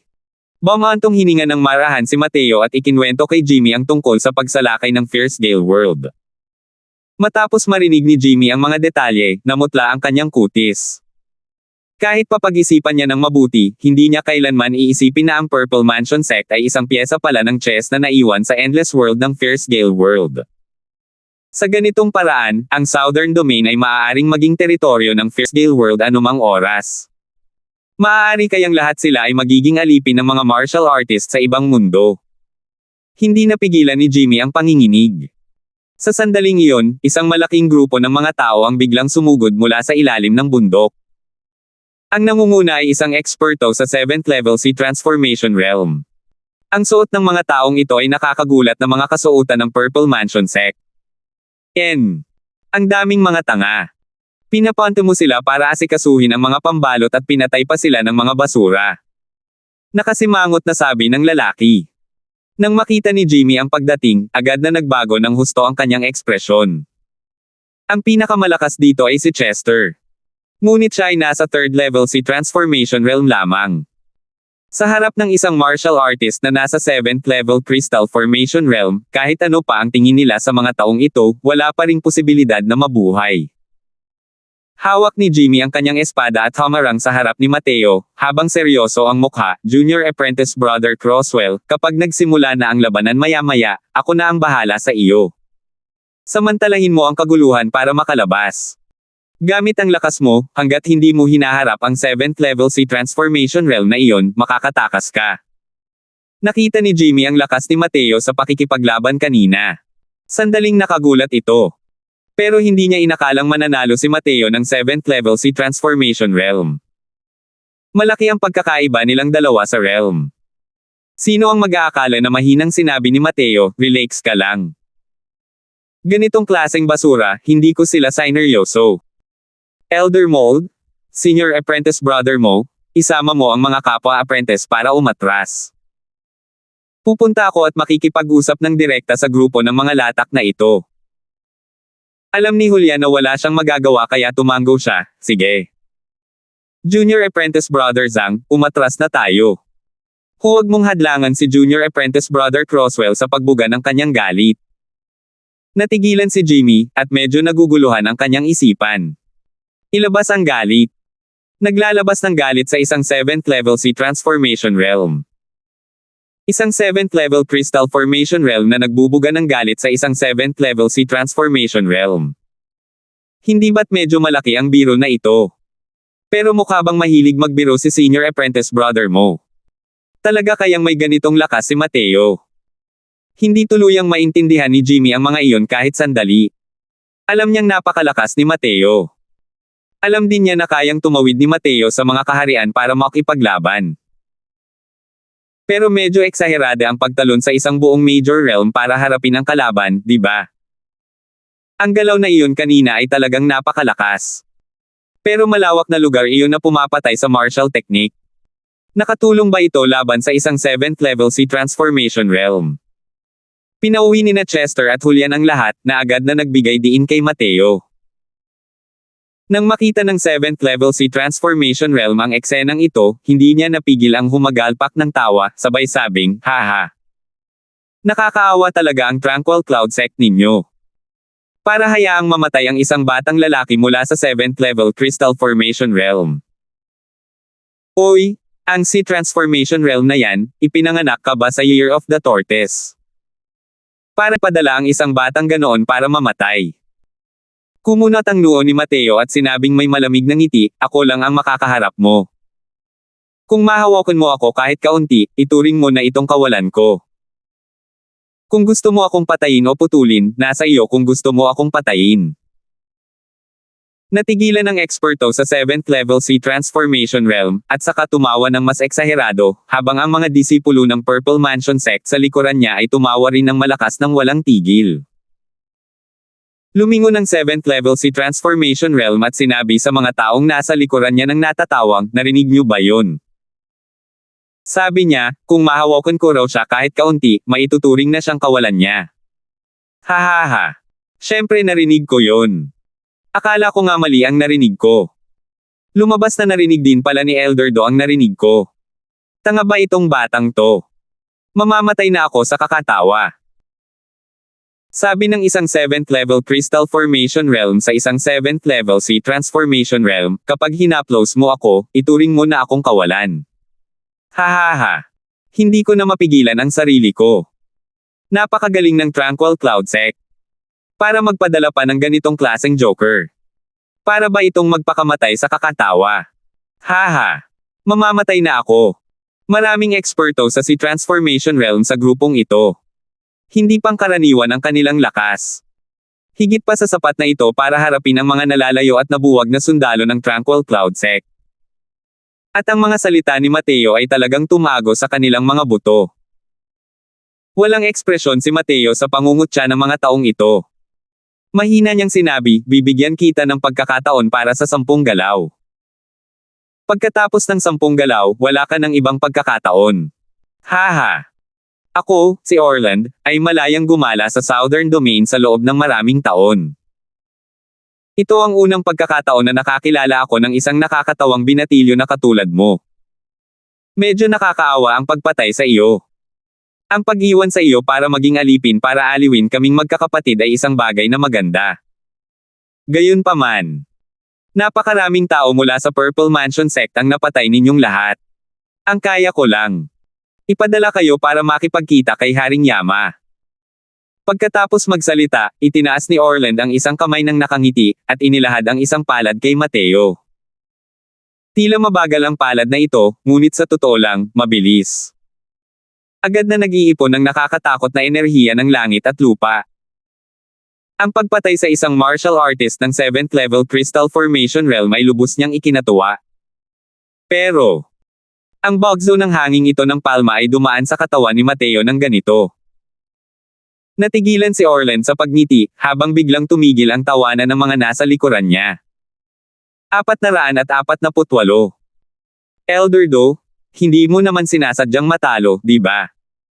Isang batang nasa 7th level Crystal Formation Realm, at hindi mo talaga siya kayang alagaan sa isang galaw lang. Oo. Narinig mo ba siyang nagsalita tungkol sa 10 galaw, kaya gusto mo siyang kalabanan? Hindi naman masakit o makati ang galaw niya kanina.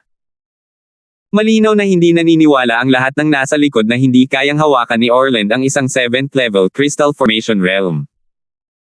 Gayunpaman, alam ni Orland na hindi siya nagpipigil sa pag-ataking ito. Gumamit siya ng buong 30% na lakas. Hindi maituturing na kalakihan ang 30% na lakas. Pero sapat na ito para patayin ang isang 7th level Crystal Formation Realm. Gayunpaman, ang batang ito sa harap ng kanyang mga mata ay madaling nakaiwas. Talagang abnormal ito. Hahaha. Sabi ng batang ito ng 10 galaw kanina, kaya naisip ang makipaglaro sa kanya ng matandang ito. Gusto kong makita kung ilang beses niya maiiwasan ang mga atake ko, sabi ni Orland na may hiyang ekspresyon. Haha. Maglaro ka na, maglaro ka na. Mga latak lang. Hayaan mo silang maramdaman ang tinatawag na kawalan ng pag-asa. May sumang-ayon. Hehe. Muli. Maglalaro na naman ako ng maayos sa basurang ito. Natatawang sabi ni Orland. Bahagyang kumunat ang sulok ng bibig ni Mateo, kitang-kita ang paghamak. Iniunat niya ang kanyang kamay at sinenyasan gamit ang kanyang daliri. Ang intensyon ng paghamak ay ganap na nabunyag. Nagbago ang ekspresyon ni Orland, at nagngalit ang kanyang mga ngipin at sinabing, "Nako, hinahanap mo ang kamatayan." Gaya ng sinabi niya, muling umatake ang palad ni Orland. Sa pagkakataong ito, gumamit siya ng 70% na lakas. Hindi na mabanggit ang kapangyarihan ng sabay-sabay. Isang palad ang dumaan. Nakatayo pa rin si Mateo habang nakatalikod ang mga kamay, na parang hindi nangyari ang palad na iyon kanina. Itinuturo pa rin ni Mateo ang kanyang hintuturo ng may mapanghamak na tingin. Sa pagkakataong ito, naramdaman ni Orland na hindi na kayang tiisin ng mukha niya ang sitwasyon. Nagngingit-ngit ang mga ngipin niya at naglaho ang buong pagkatao niya mula sa kinatatayuan niya. Putok. Isang malaking butas ang nabutas sa lupa sa likod ni Mateo. Lumitaw ang figure ni Orland. Para lang makita si Mateo na dahan daw ang lumingon at malamig na sinabi, ang 7th level si Transformation Realm ay mayroon lamang ganitong kakayahan. Doblehin mo. Baho mong bata. Ikaw mismo ang naghahangad ng kamatayan. Ikaw lang ang dapat sisihin dito. Nagngalit ng ngipin si Orland nang may puot at sinabi. Sumabog ng tuluyan si Orland, nakatitig kay Mateo at walang pakundangang binomba. Isang nakakakilabot na enerhiya ng langit at lupa ang ginamit, sunod-sunod na sumabog patungo kay Mateo. Putok. Putok. Putok. Lumipad ang alikabok sa paligid ng kinatatayuan ni Mateo, nagbubuga ng mga ulap ng alikabok, at nakaharang sa paningin ng mga tao. Sa isang kisap mata, 10 galaw ang lumipas. Parang babagsak na si Orland. Sa 10 galaw na ito kanina, ginamit na niya ang lahat ng kanyang lakas. Sa ilalim ng ganitong pag-atake, imposibleng mabuhay si Mateo. Hahaha. Huwag mo akong pagurin. Hindi talaga alam ng mabahong batang ito kung paano nakasulat ang salitang kamatayan. Sabi ni Orland sabay tawa ng malakas. Hey, ang lakas ng loob talagang galitin si Elder Do. Ang bait talaga ng batang ito. Sa tingin ko ay naluto na siya sa meat paste ngayon, di ba? Gayunpaman, may ilang kakayahan ang batang ito. Ang makaiwas sa unang 3 round ng pag-atake ni Elder Do. Maituturing din siyang may kakayahan. Isa lamang hanggal na mayabang na naging walang pakundangan dahil sa kanyang kakayahan. Ang taong iyon ay nakatadhana ng hindi mabuhay ng matagal. Alam na alam ng mga tao ng Purple Mansion Sect ang mga pag-atake ni Orland. Ang ilang galaw na iyon kanina ang kanyang naging pangunahing taktika. Paano kaya makakaligtas si Mateo sa ilalim ng ganitong kakilakilabot na mga pag-atake? Nagbago ang ekspresyon ni Jimmy. Nakakatakot ang mga pag-atake ni Orland kanina. Ang sobrang layo ay nakapagpahirap din sa kanya. Paano makakaligtas ang isang martial artist sa Crystal Formation Realm sa ilalim ng ganitong pag-atake? Akmang kikilos na sana si Jimmy nang pigilan siya ni Julian. Relax ka lang. Hindi ganoon ka-arrogant si Junior Apprentice Brother Crosswell. Dahil nang ahas siyang tanggapin ang kanyang 10 galaw, siguradong naiintindihan niya ang sitwasyon. Hindi pa nawawala ang boses ni Julian ng isang napakalamig na boses ang lumabas mula sa magulong alikabok na parang galing sa ilalim ng lupa. Napakahina talaga. Kayong mga latak mula sa Fierce Gale World ay mayroon lamang ganitong kakayahan. Kung ganoon nga, mamatay na kayo. Nang marinig ang boses na ito, lubhang nagbago ang ekspresyon ng mukha ni Orland. Nanginig ang kanyang anit at isang pakiramdam ng takot ang bumalot mula sa kaibuturan ng kanyang puso.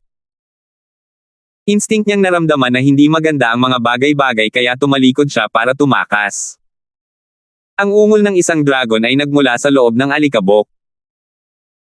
Ang napakalaking dragon na may hangin at apoy ay may dalang boses na nagpabilis sa tibok ng puso ng mga tao at sumugod patungo kay Orland ng may napakabilis na bilis. Tulong!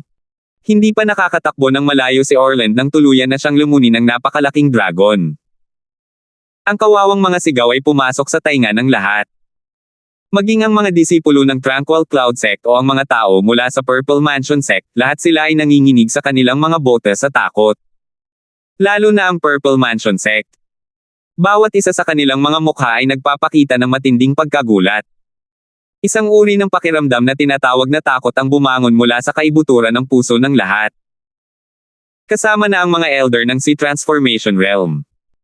Kahit ang 7th level Sea Transformation Realm na si Orland ay gumuho sa isang suntok na parang, ano nga ba ang itinuring nila?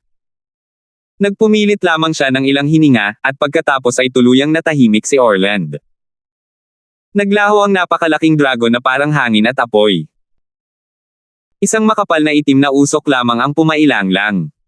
Wala man lang iniwang bangkay si Orland.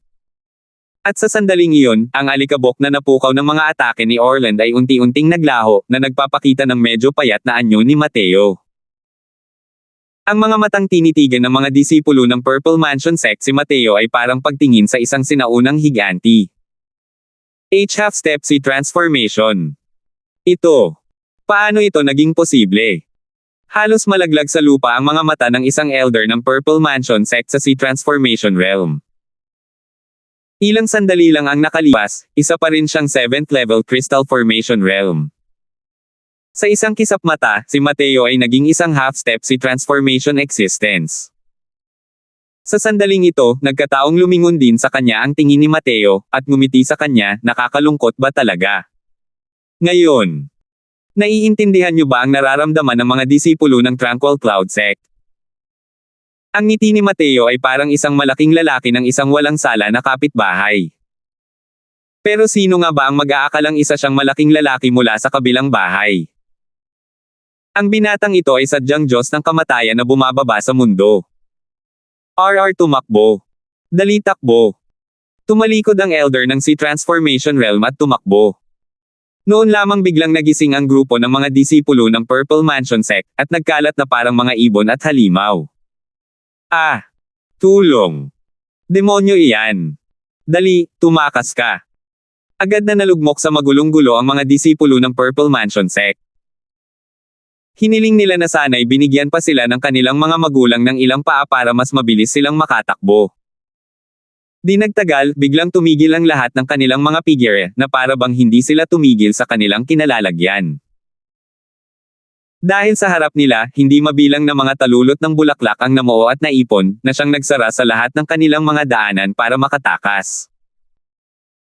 Ang elder ng C Transformation Realm na unang tumakbo ay nagngingit-ngit at pinakawalan ng buo ang kanyang aura, gustong sumugod palayo. Para lamang makarinig ng mga tunog ng paghiwa. Isang bangkay na lubhang nasugatan ang bumagsak mula sa ere. Sa pagkakataong ito, lahat ay nawala ng pag-asa. Sampal.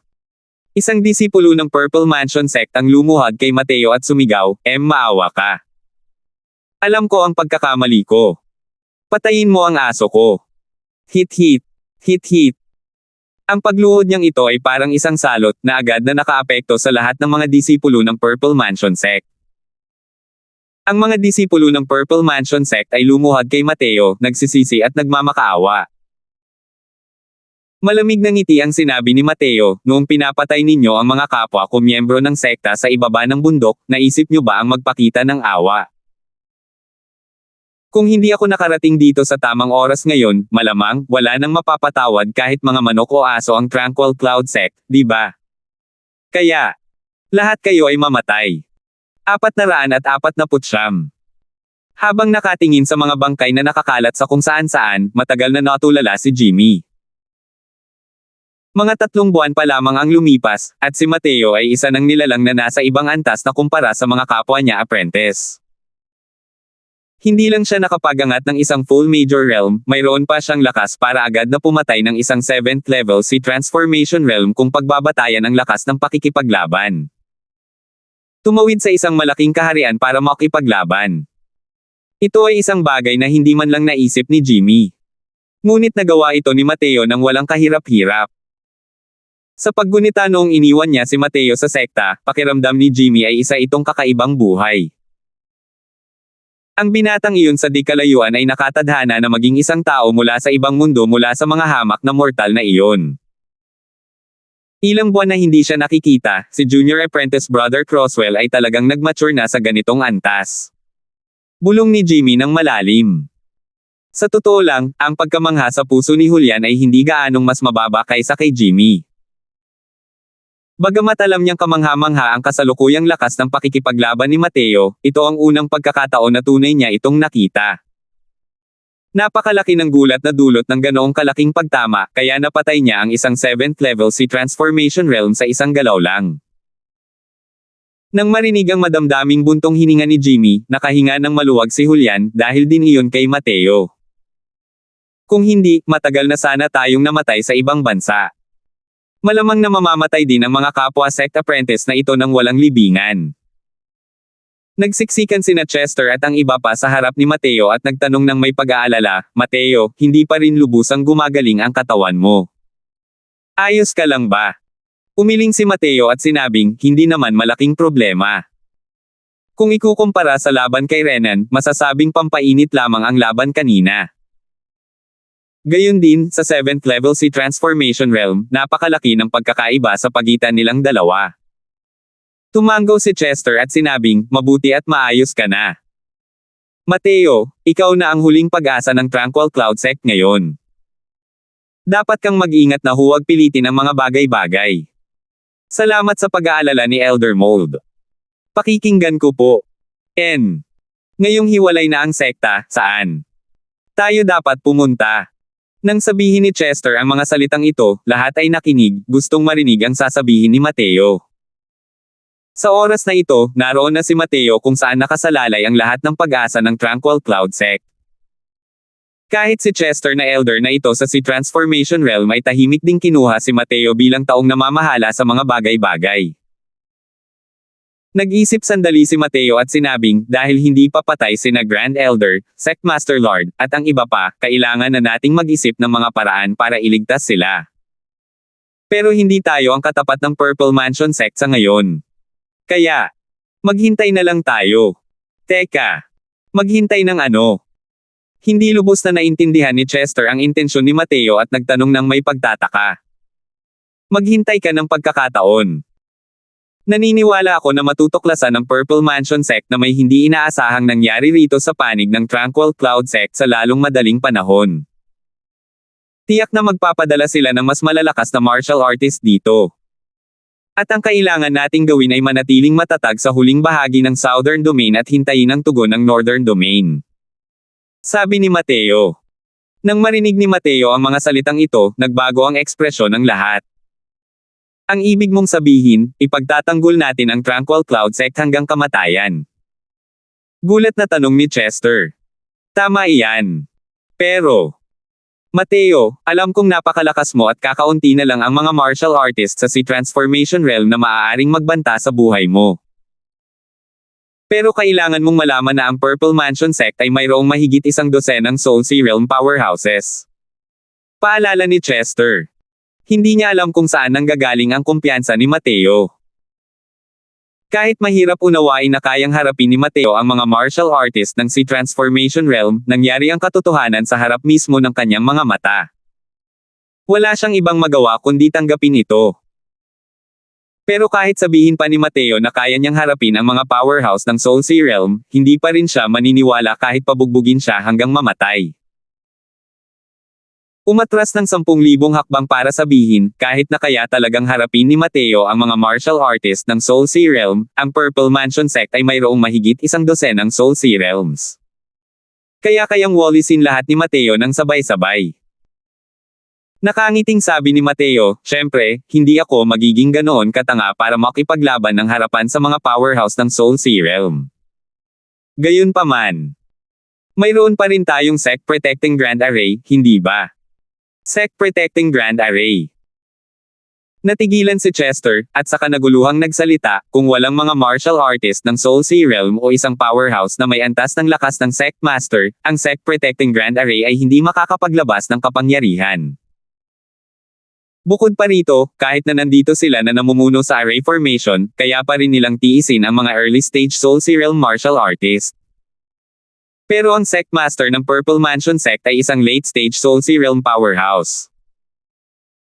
Hindi sumagot si Mateo sa sinabi ni Chester, ngunit sinulyapan niya ang mga natitirang disipulo ng Tranquil Cloud Sect, at malamig na sinabi, iniisip ko kung mapagkakatiwalaan ako ng aking mga kapwa senior at junior, Mateo. Ang ilang daang natitirang disipulo ng Tranquil Cloud Sect ay masasabing mga piling disipulo ng Tranquil Cloud Sect. Karamihan sa kanila ay mga martial artist ng Crystal Formation Realm. Ang mga taong ito ay kusang nanatili upang makibahagi sa buhay at kamatayan kasama ang sekta, alang-alang sa pagsusumikap na magkaroon ng oras para makatakas ang pangkat ng mga piling disipulo. Sa totoo lang, bago ito, nagkaroon sila ng pagkakataong tumakas ng walang ingat. Ngunit pinili nilang manatili upang mamatay ng walang paunang konsultasyon. Mula rito, makikita kung gaano kalakas ang pagkakaisa ng Tranquil Cloud Sect. Ito ay dahil sa matinding galit na nararamdaman ni Mateo sa mga disipulo ng Purple Mansion Sect na sumalakay at pumuksa sa kanilang lahat. Nang makitang nagtatanong si Mateo, hindi napigilan ng mga disipulong ito ang magpalitan ng tingin. Sa totoo lang, ang paggamit ng utak para mag-isip tungkol dito, ang matatag na paninindigan at pagtatanggol sa Tranquil Cloud Sect ay isang napakasamang plano. Halos pinag-isa na ng Purple Mansion Sect ang Southern Domain ng Endless World. Ang Tranquil Cloud Sect ay isa ng nag-iisang isla. Hanggat gusto ng Purple Mansion Sect, maaari nilang ito ng lahat ng kanilang mga firepower upang salakayin ang Tranquil Cloud Sect. Umaasa sa isang sekta na nagpoprotekta sa malawak na hanay sa panahong ito upang makayanan ang isang grupo ng mga powerhouse ng Soul Sea Realm, ito ay isang bagay na tanging isang hanggal ang makakagawa. Pero, ang problema ay isa ba si Mateo na hanggal? O baka naman sinasadya lang ni Mateo na putalonin sila sa apoy? Kung ginawa iyon ni Mateo para ipadala sila sa kanilang kamatayan, bakit pa siya gagawa ng ganoong kalabisan na aksyon kanina at iligtas sila? Junior Apprentice, Kuya Crosswell, naniniwala ako sa'yo. Junior Apprentice Brother Crosswell, iniligtas mo ang buhay namin. Hiniling mo sa amin na mamatay, hindi kami magkukunot ng noo. Junior Apprentice, Brother Crosswell, lalaban kami sa iyo. Pagkatapos ng sandaling katahimikan, ang mga sumusuportang boses ng mga disipulo ng Tranquil Cloud Sect ay umalangaw-ngaw na parang baha. Gumamit na si Mateo ng lakas at aksyon para lubusan silang malupig.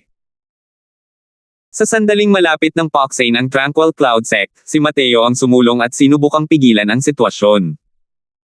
Anong karapatan nila para hindi magtiwala kay Mateo? Nang makita ang eksenang ito, lahat ay nakaramdam ng pag-init ng kanilang dugo. Sa sandaling ito, ang Purple Mansion Sect na makapangyarihan hanggang sa makaramdam ng pagkasakal ang mga tao ay tila hindi na nakakatakot. Magaling! Dahil lahat ng kapwa ko senior at junior ay nagtitiwala sa akin, Mateo, lalaban tayong lahat ng maayos laban sa Purple Mansion Sect. Ipakita mo sa kanila na hindi dapat paglaruan ang ating Tranquil Cloud Sect. Malakas at malinaw na sigaw ni Mateo. Layuan mo ang Purple Mansion Sect. Gusto natin silang pagbayarin ng dugo para sa dugo. Dugo para sa dugo. Dugo para sa dugo. Hindi na bago kay Mateo ang mga taong ito. Simula nang pumasok siya sa Tranquil Cloud Sect, sunod-sunod na himala ang kanyang nilikha. At ngayon, sino ang mag-aakala kung makakalikha pa siya ng isa pang himala? Ang lakas ni Mateo ay tuluyang nagpainit ng dugo ng mga taong ito. Ang mga kapwa-apprentice na ito ay hindi nagkulang ng diwa ng mahinahong pagharap sa kamatayan. Ang kulang sa kanila ay malakas na kumpiyansa. At ngayon, binigyan sila ni Mateo ng kumpiyansa. Inilahad ni Mateo ang kanyang kamay at idiniin ito, sinenyasan ng lahat na tumahimik. Sumigaw siya sa malinaw na boses, mula ngayon, i-activate ng ating Tranquil Cloud Sect ang Yin-Yang Turbid Heaven Grand Array, at tuluyan nating sisilyuhin ang bundok. Pipinoin ko ang mga medicinal pills para sa lahat para mapataas ang lakas ng lahat sa lalong madaling panahon. Sa oras na iyon, kakailanganin kong hiramin ang lakas ng bawat senior at junior. Sabay-sabay nating ipagtatanggol ang huling nag-iisang isla ng Southern Domain. 450. Nang mga sumunod na araw, nalubog sa napakaabalang schedule si Mateo. Una niyang pinino ang ilang Transcendent Grade Essence Vigor Pills, at sa wakas ay napunan niya ng buo ang nawalang Blood Essence. Bilang isa sa 8 dakilang sekta, kahit na lubhang hamina ang Tranquil Cloud Sect, mayroon pa rin silang malaking reserba ng Tier 3 Spirit Medicines. Sapat na ito para pinuhin ni Mateo. Habang nagpipino si Mateo ng mga tableta, si Sofia ang nagsilbing katulong sa tabi. Tinitignan niya ng mabuti ang buong proseso ng pagpipino ni Mateo. Paglabas mula sa pill refinement room, ang buong katawan ni Sofia ay nasa estado ng pagkatulala. Nang mapagmasdan niya ang pagpipino ng tableta ni Mateo sa malapitan ay saka lamang niya nalaman kung gaano kalakas ang pagkilala niya sa master na ito. Malinaw na pinipino ni Mateo ang Tier 3 medicinal pill, ngunit hindi talaga maintindihan ni Sofia ang teknik ng pagpino ni Mateo. Hindi mababa ang pamantayan ni Sofia. Ngunit ito ay para mas maunawaan niya kung gaano kataas ang pamantayan ni Mateo. Masasabing ito ay parang hindi sinasadyang pagtatanim ng puno ng willow, at ang puno ng willow ay magiging lilam. Biglang naramdaman ni Sofia na napakaswerte niya. Hindi lang niya makakasama si Mateo, kundi mapapahusay pa niya ang kanyang mga kasanayan sa alchemy.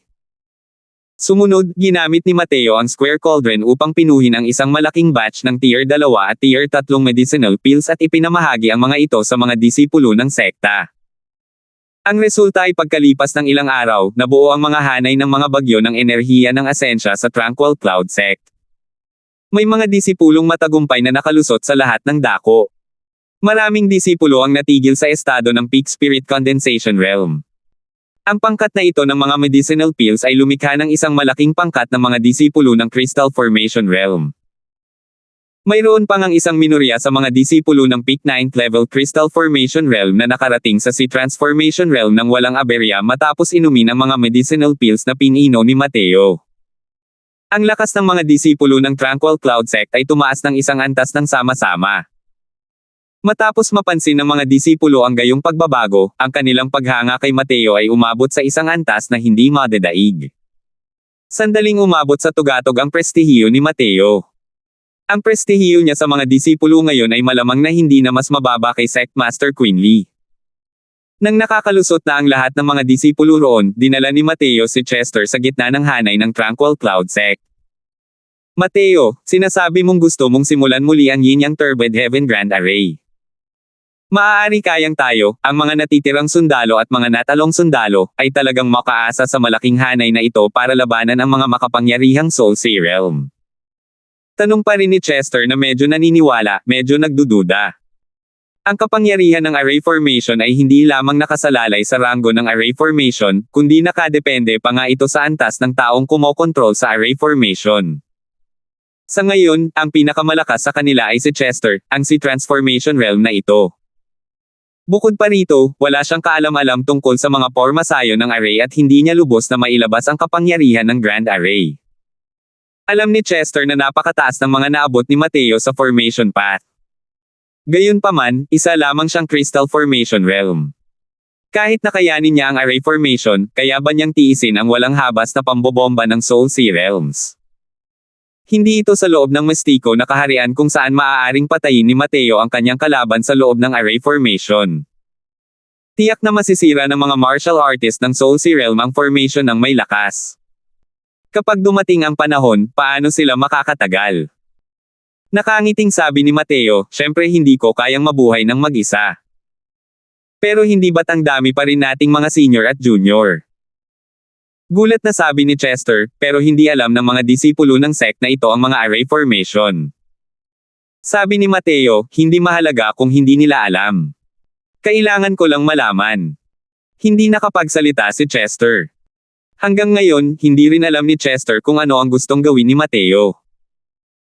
Bagamat may mga pagdududa sa kanyang puso, alam niyang hindi gagawa si Mateo ng mga bagay na walang ingat at hindi niya ituturing na biro ang buhay ng mga disipulo ng Tranquil Cloud Sect.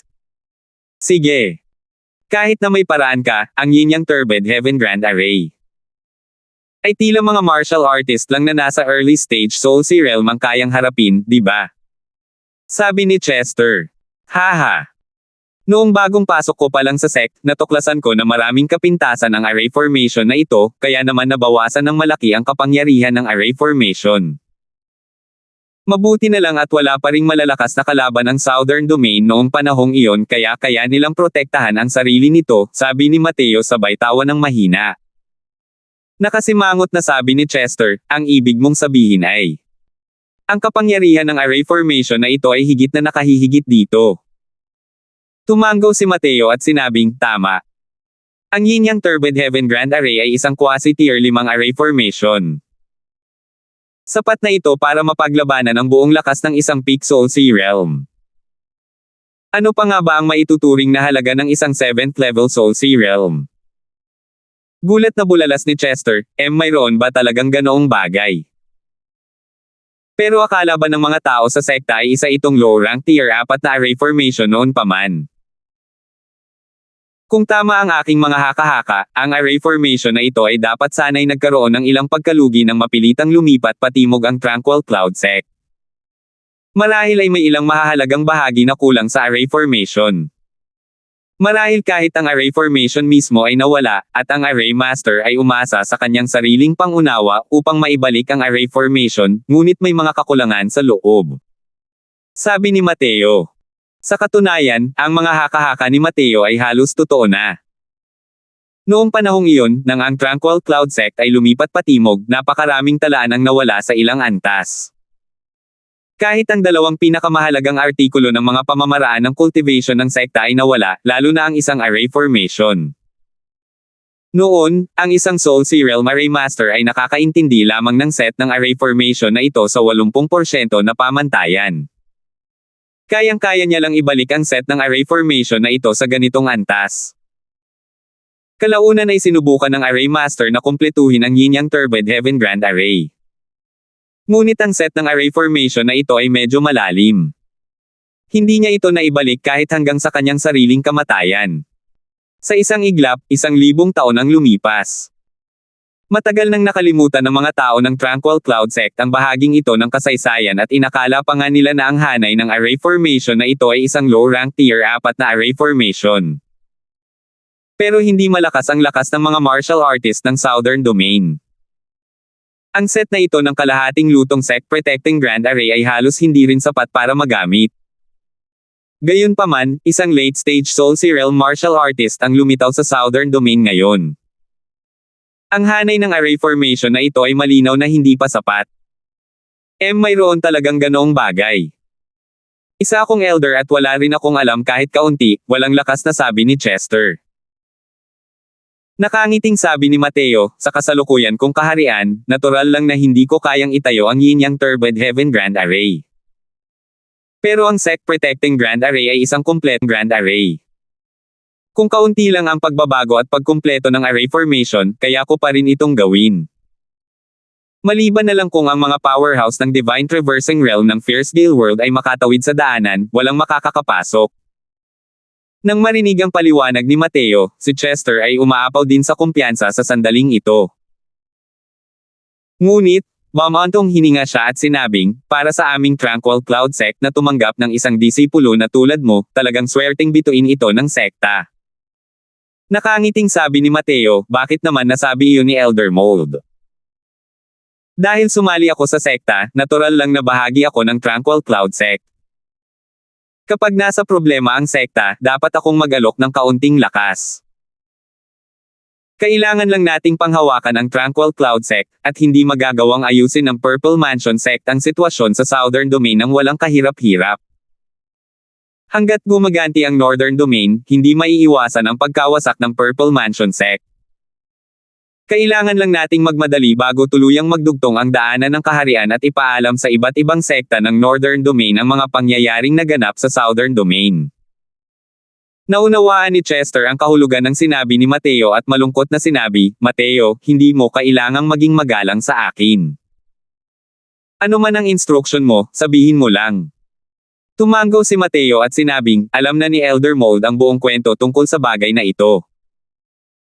Iniisip kong payagan kang pumunta sa Northern Domain para ipaalam sa Myriad Sword Sect, Heavenly Martial Sect, at sa Profound Eye Sect, ang tatlong sektang ito, at utusan silang magpadala ng mga tao para tulungan ang Southern Domain at lipulin ang Purple Mansion Sect. Sa sitwasyong ito sa kasalukuyan, tanging si Elder Mold lamang ang may kakayahang gampanan ang misyong ito. Kahit matagal na siyang may inaasahan, nagbago pa rin ang ekspresyon ni Chester at sinabi niya, hindi ba pwedeng palitan ang ibang tao para gawin ito? Kahit papaano ay may lakas ako.